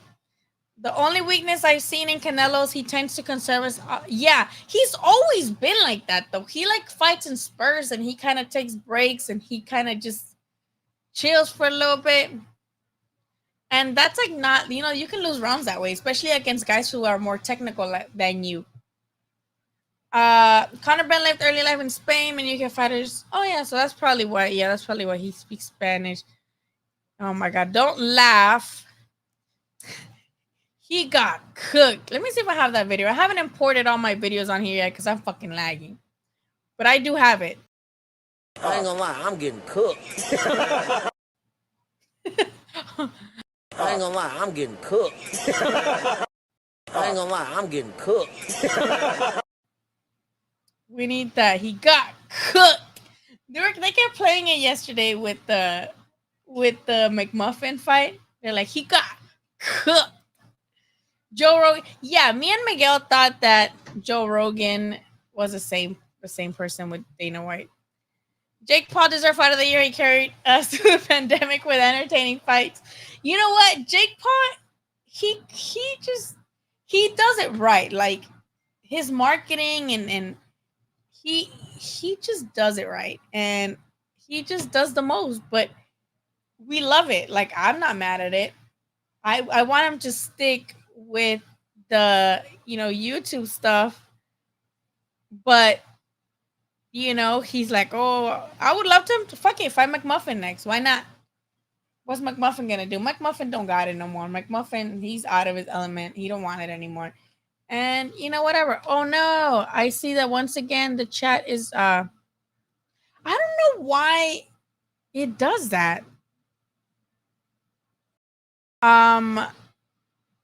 Okay, let's see if it comes up now. There you go. YouTube blocked this for some reason. So when I'm on I'll show you guys. Let me see if I can show you. And again, I stream on my, I don't know if you can see. So, oh, wow. So I stream on my thing, right? On like my computer. And then I have the thing here. And I don't know if you guys can, no, you're not going to be able to see that.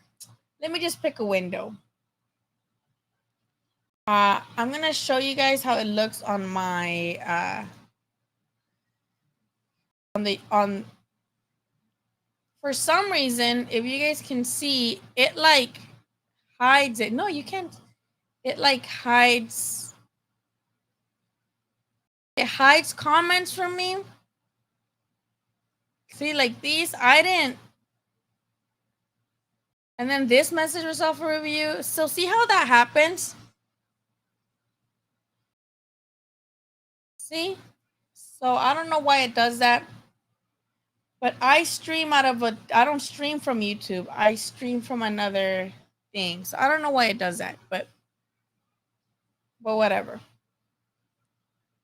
I don't know why it does that. But follow Lee because he is the shit.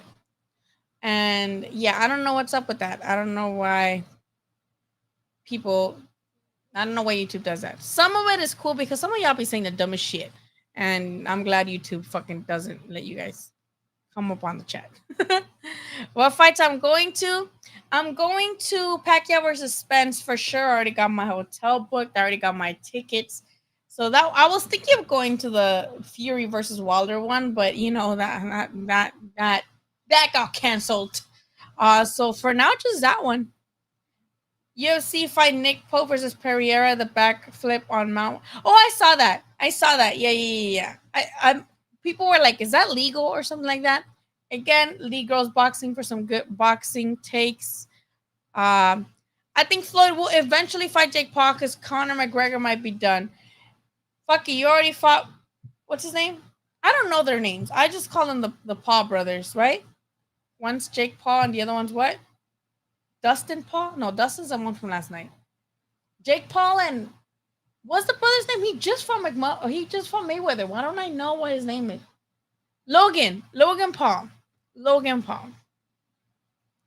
McGregor can box. He's not wrestling stamina. I think he's just not hungry anymore. I want to hear Canelo say no cap in English. No cap. Or say, boy, you capping. I call cap. I know what that means because my kids are on TikTok and they say all that shit. You should live stream my beautiful flame point ragdoll with broken twisted tail. But I am confusion as to what you're saying, sir. Logan Paul, yes. Floyd fought Jake, and now we should fight Logan. No, he fought Logan. Now he should fight Jake, right? He just fought Logan. I think his name's not Poirier. Oh, Poirier. Thank you, because again, I was born in Mexico. English is my second language, so I'm confused at times. So Poirier. I usually like when I really want to know how to pronounce somebody's name, especially like if I were to do like an actual video, like not a live, I would go and I like look up at fights and see how the announcers pronounce it, and then just copy them. That way, if they're like you're mispronouncing it, I could be like, well, so was the announcer because I copied them. I have not forever purge. No, but I'll watch it. I got nothing to do. I'll watch it tonight. Yeah, you got it twisted. Miguel, do you want to jump on the live? I've already been here for an hour and 30 minutes. I could be here for another 30 minutes or 20 since it's already 37. If anybody wants to jump on the live with me for the last, just to talk about next week fights, right? Because we got to talk about Castaño versus Charlo. And I would love for you guys to come and tell me what you think. Do you think Castaño has a chance? Do you think Charlo's just going to beat that ass like he did Banana? When Pacquiao said Spence is better than... Yes, no, that was hella salty. He was giving me Oscar de la Hoya writing essays about Andre Verto versus Mayweather type of salty. That gave me... And the way that Spence looked at him was like, motherfucker, you don't even believe that. Like, he was... I mean, don't get me wrong. Spence always looks like he's just like over everything going on. But he was dead ass like... It was salty. It was salty. It was definitely salty. I'm just confused. I'm sorry. I didn't know what you were saying. Yes, my kids, we just came back from Mexico 2 weeks ago. No, a week ago. We were in Mexico from June 21st to July 1st. My kids, the oldest one, my eldest, he speaks like fluent. My little one, he speaks Spanglish here and there because he started school very young and he was more exposed to English rather than Spanish growing up because of school. But they both like they can carry on a conversation and they know like they can respond to you. My little one just mixes up the two languages sometimes, but I don't think it's a shame. I think a lot of times parents just do that as a defense mechanism because they know that, especially here in the US, like people who speak Spanish, we see videos of it all the time. They get attacked and shit like that. And, told, why are you speaking Spanish? This is America. I think a lot of parents do it with that intention when it's like, I don't want my child to be targeted because they speak Spanish. You know what I mean? Does that make sense? Also, sometimes parents are just super fucking busy and they can't teach their kids Spanish because they leave their kids in like school, or the kids are in these school programs where Spanish is not spoken. It's English. So who's going to teach them when the parent's working all day? I'm not saying that's your case, but that's usually the case with children from uh, like Hispanic parents who don't speak Spanish. Hola Southern, long time no see. How are you? Castaño getting TKO'd in the third. Oh, so you get that's fairly fast. How you grade Charlo versus Castaño card? It's okay. It's all right. Like I'm not. I mean, it was supposed to be Rolly versus Dulé, right? Dustin Dulé or what his name is, and then that guy pulled out because some injury supposedly, right? I'm not sure if he got injured or not, but and then who was gonna be on it? Let's look it up. Um, because yeah, I think that's it, right? It's the Charlo Castaño fight. Rolly as a co-main, and then the opener. I forgot what his name is. I just saw it because I was fucking writing about it. Let's see. It is. Oh, Isaac Cruz. No, that was for That's Jermall Charlo. What the fuck gave me Jermall Charlo when I said Jermel? Jermel. ELL. There you go. Jermel. Jermall Charlo, Iron Man. Let's see. That is. Let me share it with y'all. Let me share it with y'all. Let me share it with y'all. There you go. So it is actually.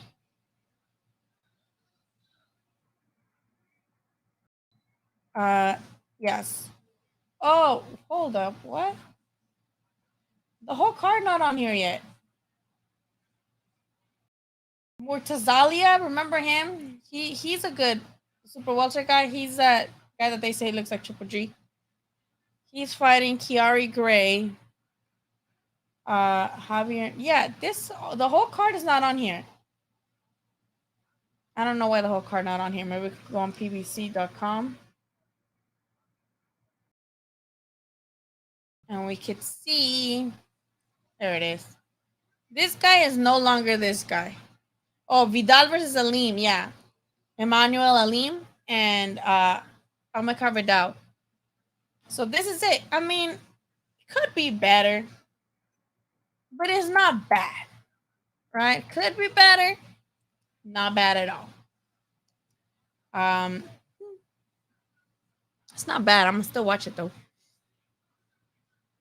Let's see. Whoop. Let me get back in the comments. I am sorry. God.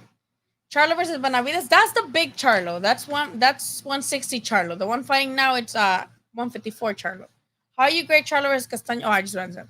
He was cool about it. He's not gonna say anything.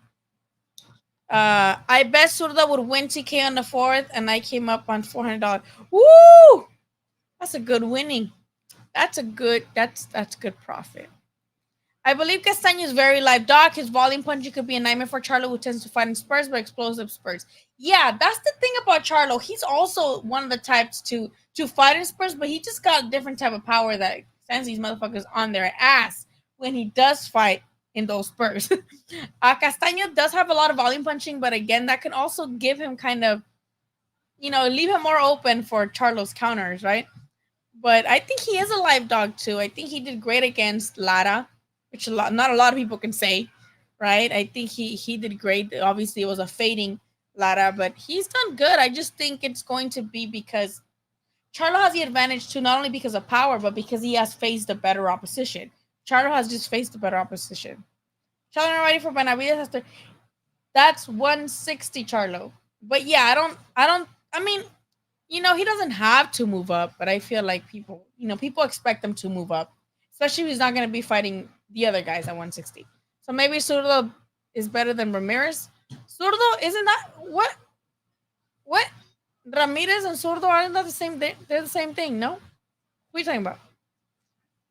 Is Cuy legit? Stop. Don't say that. I'm gonna tell her. I'm gonna screenshot this and send it to her. And then me and her are gonna get together and we're gonna keep the cats. Yo te voy a quitar a tu novia y nos vamos a quedar con los gatos. What is the next big mega fight that is likely to happen? I don't know. I can't even say shit anymore because nothing is guaranteed in boxing, especially not in the COVID times. Master respect for anyone who can master two languages. I'm learning Spanish. Yeah, Spanish is easier than English because the vowels are always going to sound the same. And that's why my kids read Spanish so fluently, because I tell them the E is always, the vowels, no matter how you group them, they're always going to sound the same. In English, you group an A next to an E and it's going to sound different. Sometimes, other times it doesn't. Like, it's too fucking confusing. In Spanish, the vowels are all going to sound the same. The only difference is that we do have 2 extra letters in our alphabet, which is the double L, which is the 2 L's, which is in my last name. My last name is Ulloa, Ulloa, which, you know, a lot of people here can't pronounce, but that's 1 letter. It's 2 L's is just 1 letter. And then the ñ, right, which is a niño, piña. It's like the N with the little thing on top, like castaño, right? Like Castano. His name's Castaño. Castaño.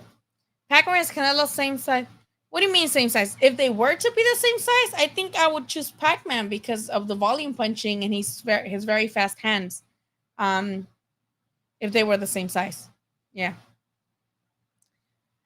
Jermall trash? Miguel's gonna fight you. Miguel loves Jermall Charlo. I don't think he's trash. I would just love for him to fight better opposition, right? Boo Boo, they trash talk. What's his name? Jacobs for a while, and they never fought. I don't think he's trash. I would just rather see him fight the type of competition his little brother. Not little because they're twins, but you know, kind of, you know what I mean. You know what I'm saying? Jermell is where it's at. Everybody stay ducking.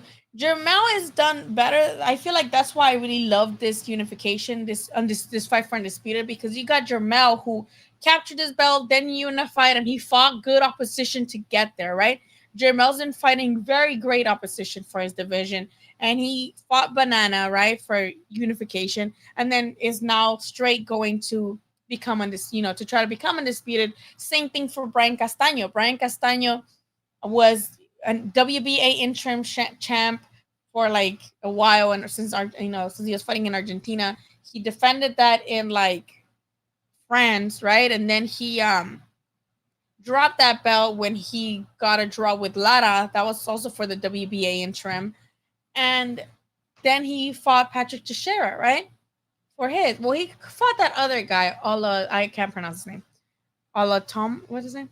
And then he fought Patrick Teixeira, who was a house fighter, right? He was fighting in Fantasy Springs, a Golden Boy fighter.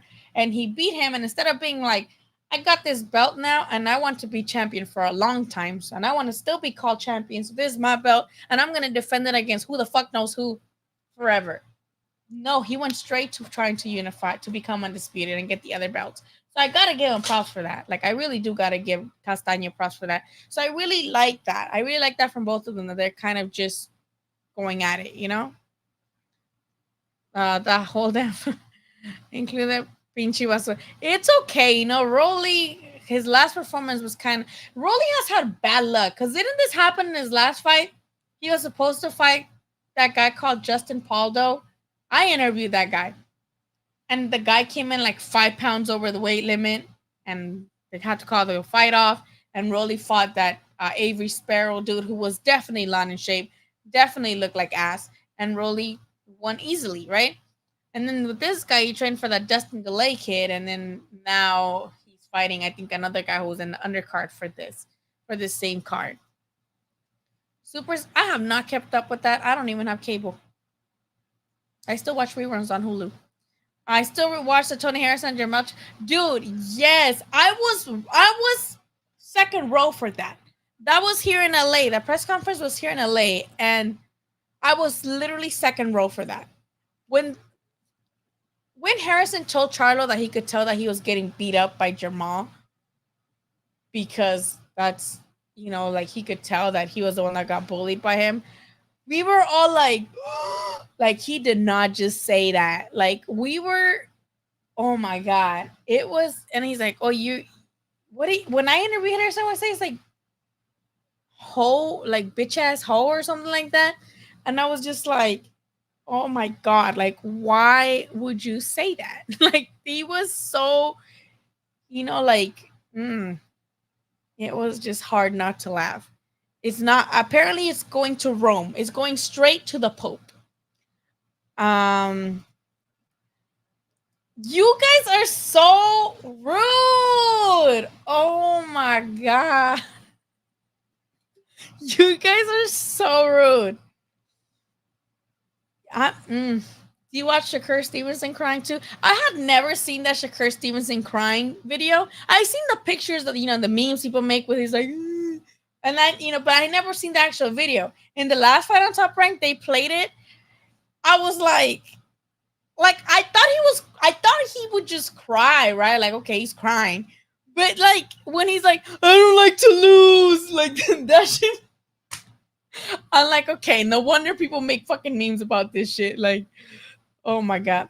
I feel like UFC's taking over. She's like more popular than boxing. Boxing, I think UFC is just too brutal for me, but I do feel like it's more popular because their fighters are allowed to lose and the fans don't immediately dismiss them for it. And I feel like the boxing fan base is very toxic in that way, where as soon as a fighter loses, it's like, oh, this guy, he was washed or he got exposed and all this shit.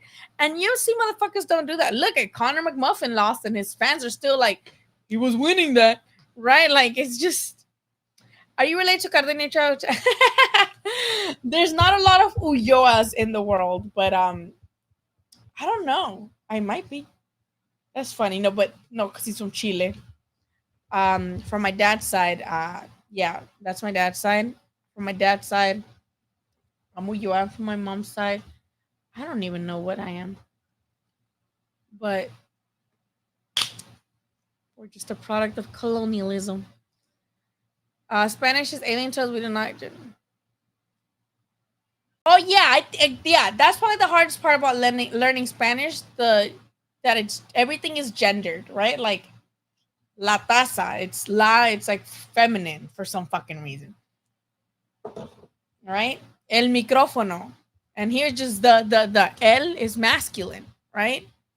That's the hard part. My little one, often gets that wrong. Like he'll say, "Can we go? Podemos ir a el tienda instead of la tienda." He'll say, "Podemos ir a el tienda." Or yo quiero el whatever. Like he said, he just doesn't. Man, shut. I still need to fucking put these on here because I love that. That's probably my favorite part. Whenever I see, I'm gonna put it on here. So whenever someone says some dumb shit, I'm gonna put that. Man, shut up. And then the one that Chris sent me where Charlie's like, look at him, pitiful. They were just fucking roasting each other. Both of my parents are from Nayarit, and I am also from Nayarit. I was born in Nayarit. I wasn't born here in the U.S. As you can tell, I have a little bit of an accent because I was born over there. Seems like only 3-4 bucks to bring out the stars now. Yeah, and Tank is one of them. Stop, Miguel. Stop it right now. And one is retired, Floyd. Yeah. Stop it. Stop it right now. But yeah, since someone wants to jump in the chat with me, yeah, Rayo Valenzuela, he was very vocal about it. I know he just said, was like, oh, I can come in and step in as a late replacement opponent. And apparently Rolly took that like offensively. I was like, oh, that he's a snake, that Benavidez Sr. is a snake, that he was like his brother. And then Rayo in interviews this weekend, I was catching up on interviews. Rayo's like, bro, we sparred at the same gym and we sparred each other and we were in the same gyms. Like, we're not brothers. Like, just because of that, I'm not here to make friends. Like, your opponent fell off and I just offered to to like, oh God, look, parezco loco Valdez. Um, like I just offer to be there for you. Like I'll make up the opponent. Like, why are you acting like this is me dissing you? But then he was kind of like, because he was saying that I'd really duck them and stuff. Hmm. Which is, that's when did you learn English in relation to when you learned Spanish? Okay, so I was in Mexico until I was 7 or 8 years old, and I came here into the fourth grade, and it was hard. Like obviously, like it just threw me into this fucking elementary school. Like I didn't know any English, and it was hard. It was hard, but you guys want to know my secret on how I learned? I learned English not by school or my teachers, because my teachers did not give two fucks about the little Mexican child. I watched PBS programming. PBS Kids. I watched Between the Lions. Between the Lions. And you know how they'd be like, run, run. Like I would just watch that. I watched Between the Lions and what's the other show? Like Sesame Street and shit. I was 8 years old watching fucking Sesame Street because they would teach you how to read. And I picked it up fast. I picked it up really fast. I graduated with 27 certificates, like, little diploma things. I was in the honors roll the whole time. Like, I was always in the honors roll. And then when I went to high school, by sixth grade, I was already in Magnet, which is the honors program here in Southern California. So by sixth grade, I was already placing advanced in all state testing. I was already, what was easy was math, because over there, they teach you to divide in second grade. Second grade, we already know division, multiplication. And third grade, you're perfecting it and you're doing fractions. Like not just the division, but you're actually doing fractions in third grade. So math was easy as fuck here. I was fucking breezing through math up until like the seventh fucking grade. But English, it was just all PBS programming. It was difficult at first, but now, I used to get really not offended. Offended is not the right word. I used to get hurt when people would be like, "Oh, I like you don't pronounce that properly," and I used to like it hurt my feelings because I'm like, "Oh, I know I'm Mexican." Now I'm just like, well, okay, like that's fine. Like there's a lot of words that I can't pronounce. Like words with like TR together, it's hard for me to pronounce those. Like turtle, like I feel like I say it weird. Turtle. I have to like slow it down. Rural or whatever that fucking word is, because every time I would always write about where I'm from, like it's a very small town, like it's rural or whatever. And I would be like, I can't say that. There's a lot of words that I can't say, but it was hard. But up until by middle school, I was already in all magnet programs. High school, all magnet programs. Once I went to college and I took the placement test, I went straight to English 101. Like I didn't have to take many ESL class. I think I only took like ESL classes on fourth grade, and that's it. Like once I went to fifth, I was good. Sixth, like I only took 1 year of ESL, and yeah, in college I placed straight to English 101. Like I didn't have to take any prerequisites for English. So thank you for asking that so I could flex on air. But now I'm just kidding. Ooh, sorry. Okay. Let me just finish the comments so we can head out, because we've been here for 2 hours, and I appreciate you guys being here for 2 hours with me, because Sundays are boring, and I appreciate you guys being with me here and talking to me because I have no friends. Are you serious, Circle? What are y'all talking? Oh my God, we're really arguing about Mesopotamian times, Mesopotamian America. Like, what are we doing? Those bookies not sold out, and so where's Sophie Stadium, man? Thank you for the super chat, Troy. I appreciate it. TMT, the money team. I did watch the Teletubbies, but I like them better. Not that they talk or nothing, but I like them better in Spanish. No, I like it in English too. The Teletubbies got vaccinated, but fucking Fury didn't. Didn't you tweet that, Miguel? The Teletubbies got vaccinated for COVID, but Tyson Fury did not. I know. Que mamones. I should learn Spanish and felt miserable. I think it's meant for me to speak Spanish. I guess God knows why. I think Spanish is easy to pick up on like the basics. Like quiero comer, like comer, agua, like just things you can say. You guys, I only know boxing. I would love to hear your boxing Spanish because boxing Spanish is freaking hilarious. I was a class. If I knew English earlier, I would have tried to be in the class clown too. I think I was an Adrian Broner in my school. Oh my god. I used to have an Adrian Broner in my class and it was fucking hilarious. And even though they got in trouble, it was like they got in trouble at the expense. Like we were entertained as a class at the expense of this guy because he would always get kicked out. Why are you guys so weird in the comments? Y'all are fucking weird in the comments. Sophie Stadium is a Rams. Oh, it is. I didn't know that. That's like right here. The one in Carson. My school was there. That's the parking lot for my school with the Galaxy place, right? I don't know. You know what? Like y'all are weird as fuck in the comments. I'm gonna have to like, cause I enjoy you guys just coming in and sharing boxing with me and like talking boxing with me. But when you guys get like defensive and like weird as fuck in the comments about something that isn't boxing, that shit is weird. And I might just like kick you guys out of the channel. Like I can't have that. It's fucking weird. It's weird. Like we're not. It's not even boxing. You guys over here getting like your asses tickled by something random. Like I don't get it. I don't get it. I might for the.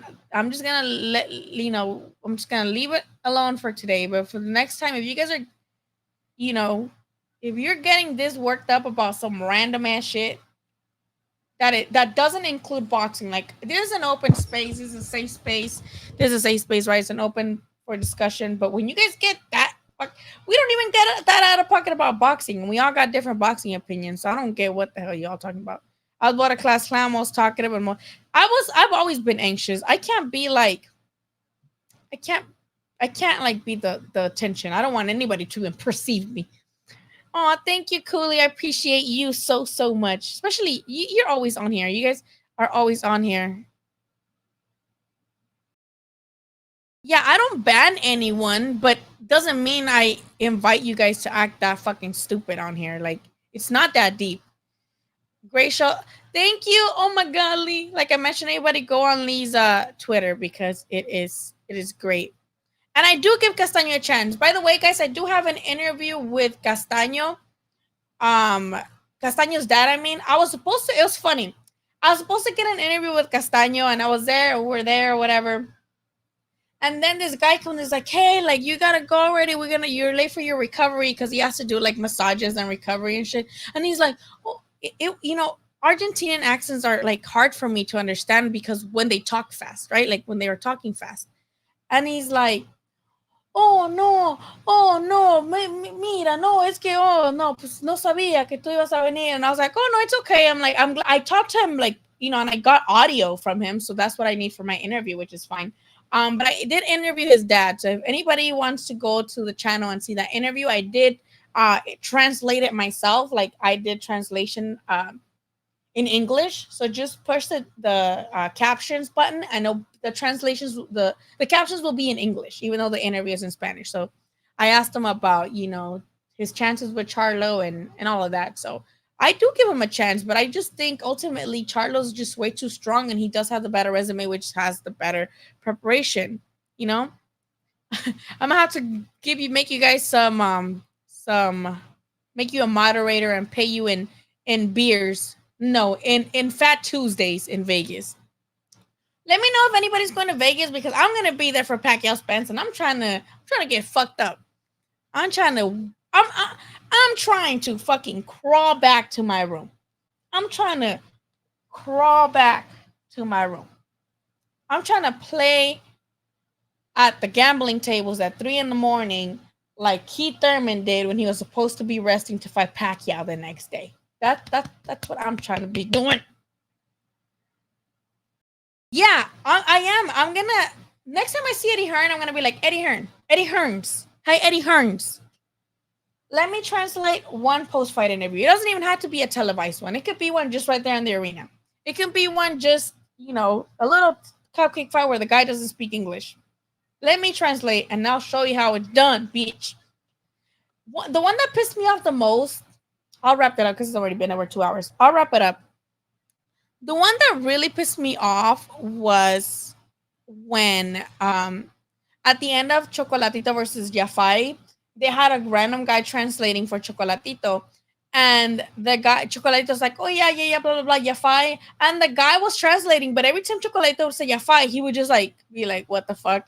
Like he wouldn't translate anything and he would just stay quiet when Chocolatito said Jafai, right? Apparently, the guys didn't know that Jafai is the name of Chocolatito's opponent. So you got dudes in here who are like trying to translate, but they can't. Like they don't even look at the card to see what Like that's unprofessional as hell. The guy did not know what.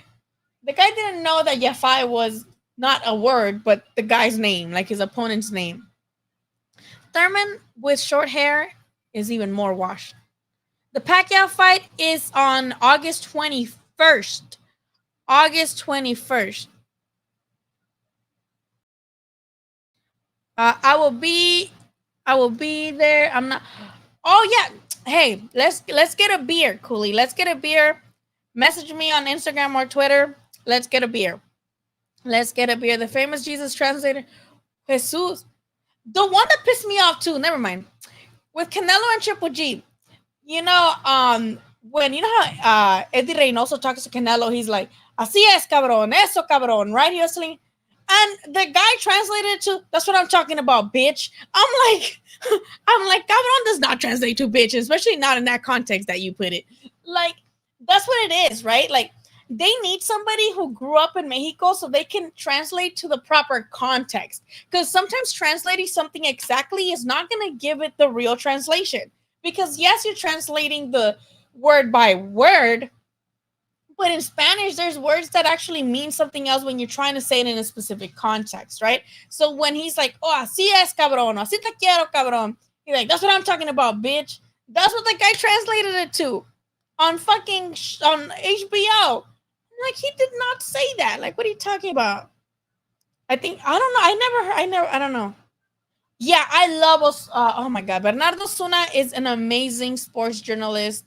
He is just top fucking notch. Claudia Trejo does great. She sometimes I wonder why she doesn't just translate, because sometimes they be having also the guy from No Puedes Jugar Boxeo there, which the No Puedes Jugar Boxeo guy, he has good interviews, right? He's a good reporter, but for translating, I don't think he does the best job. So when he's there with Claudia Trejo, I'm like, Claudia, why don't you just translate? Like, you speak Spanish too, right? But maybe I don't know. Bernardo Suna is the shit. He is my inspiration. So is Claudia Trejo. Lovely, lovely people.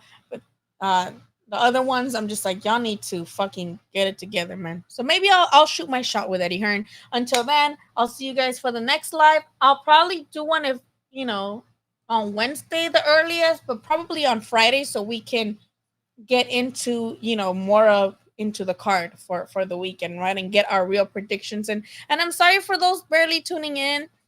I've been here for 2 hours, and the fight was actually the Zurdo fight was actually on Friday. So you can get all the highlights on the Zone's YouTube. The Zone's YouTube has all the highlights for every single fight, and you can actually see it there. We had Sinisa Estrada becoming a new division champion. We had Jojo Diaz, who became the new interim title holder for the WBC at 135, and therefore becoming mandatory for Devin Haney, even though he called out Ryan Garcia. And then we had Suzo Ramirez defeat Sullivan Barrera by way of TKO or a stoppage or whatever, body shot. He fucked them up to the body. That's about it. Sergio Mora, sometimes he translates, but he does his commentary in Spanglish. Like whenever the corner's talking and they're doing commentary while they show the corner, he does some translating, which he does. He does well. He does well. So I'll see you guys on Friday. Okay, y'all be good. Y'all be good. Okay. Peace out. Love you guys, and don't forget to subscribe. If you're already here, you're already subscribed. Don't forget to tell people to subscribe, and don't forget to see my interview with Castaño's dad. It should be the first interview on my channel. Okay. Bye. Peace out.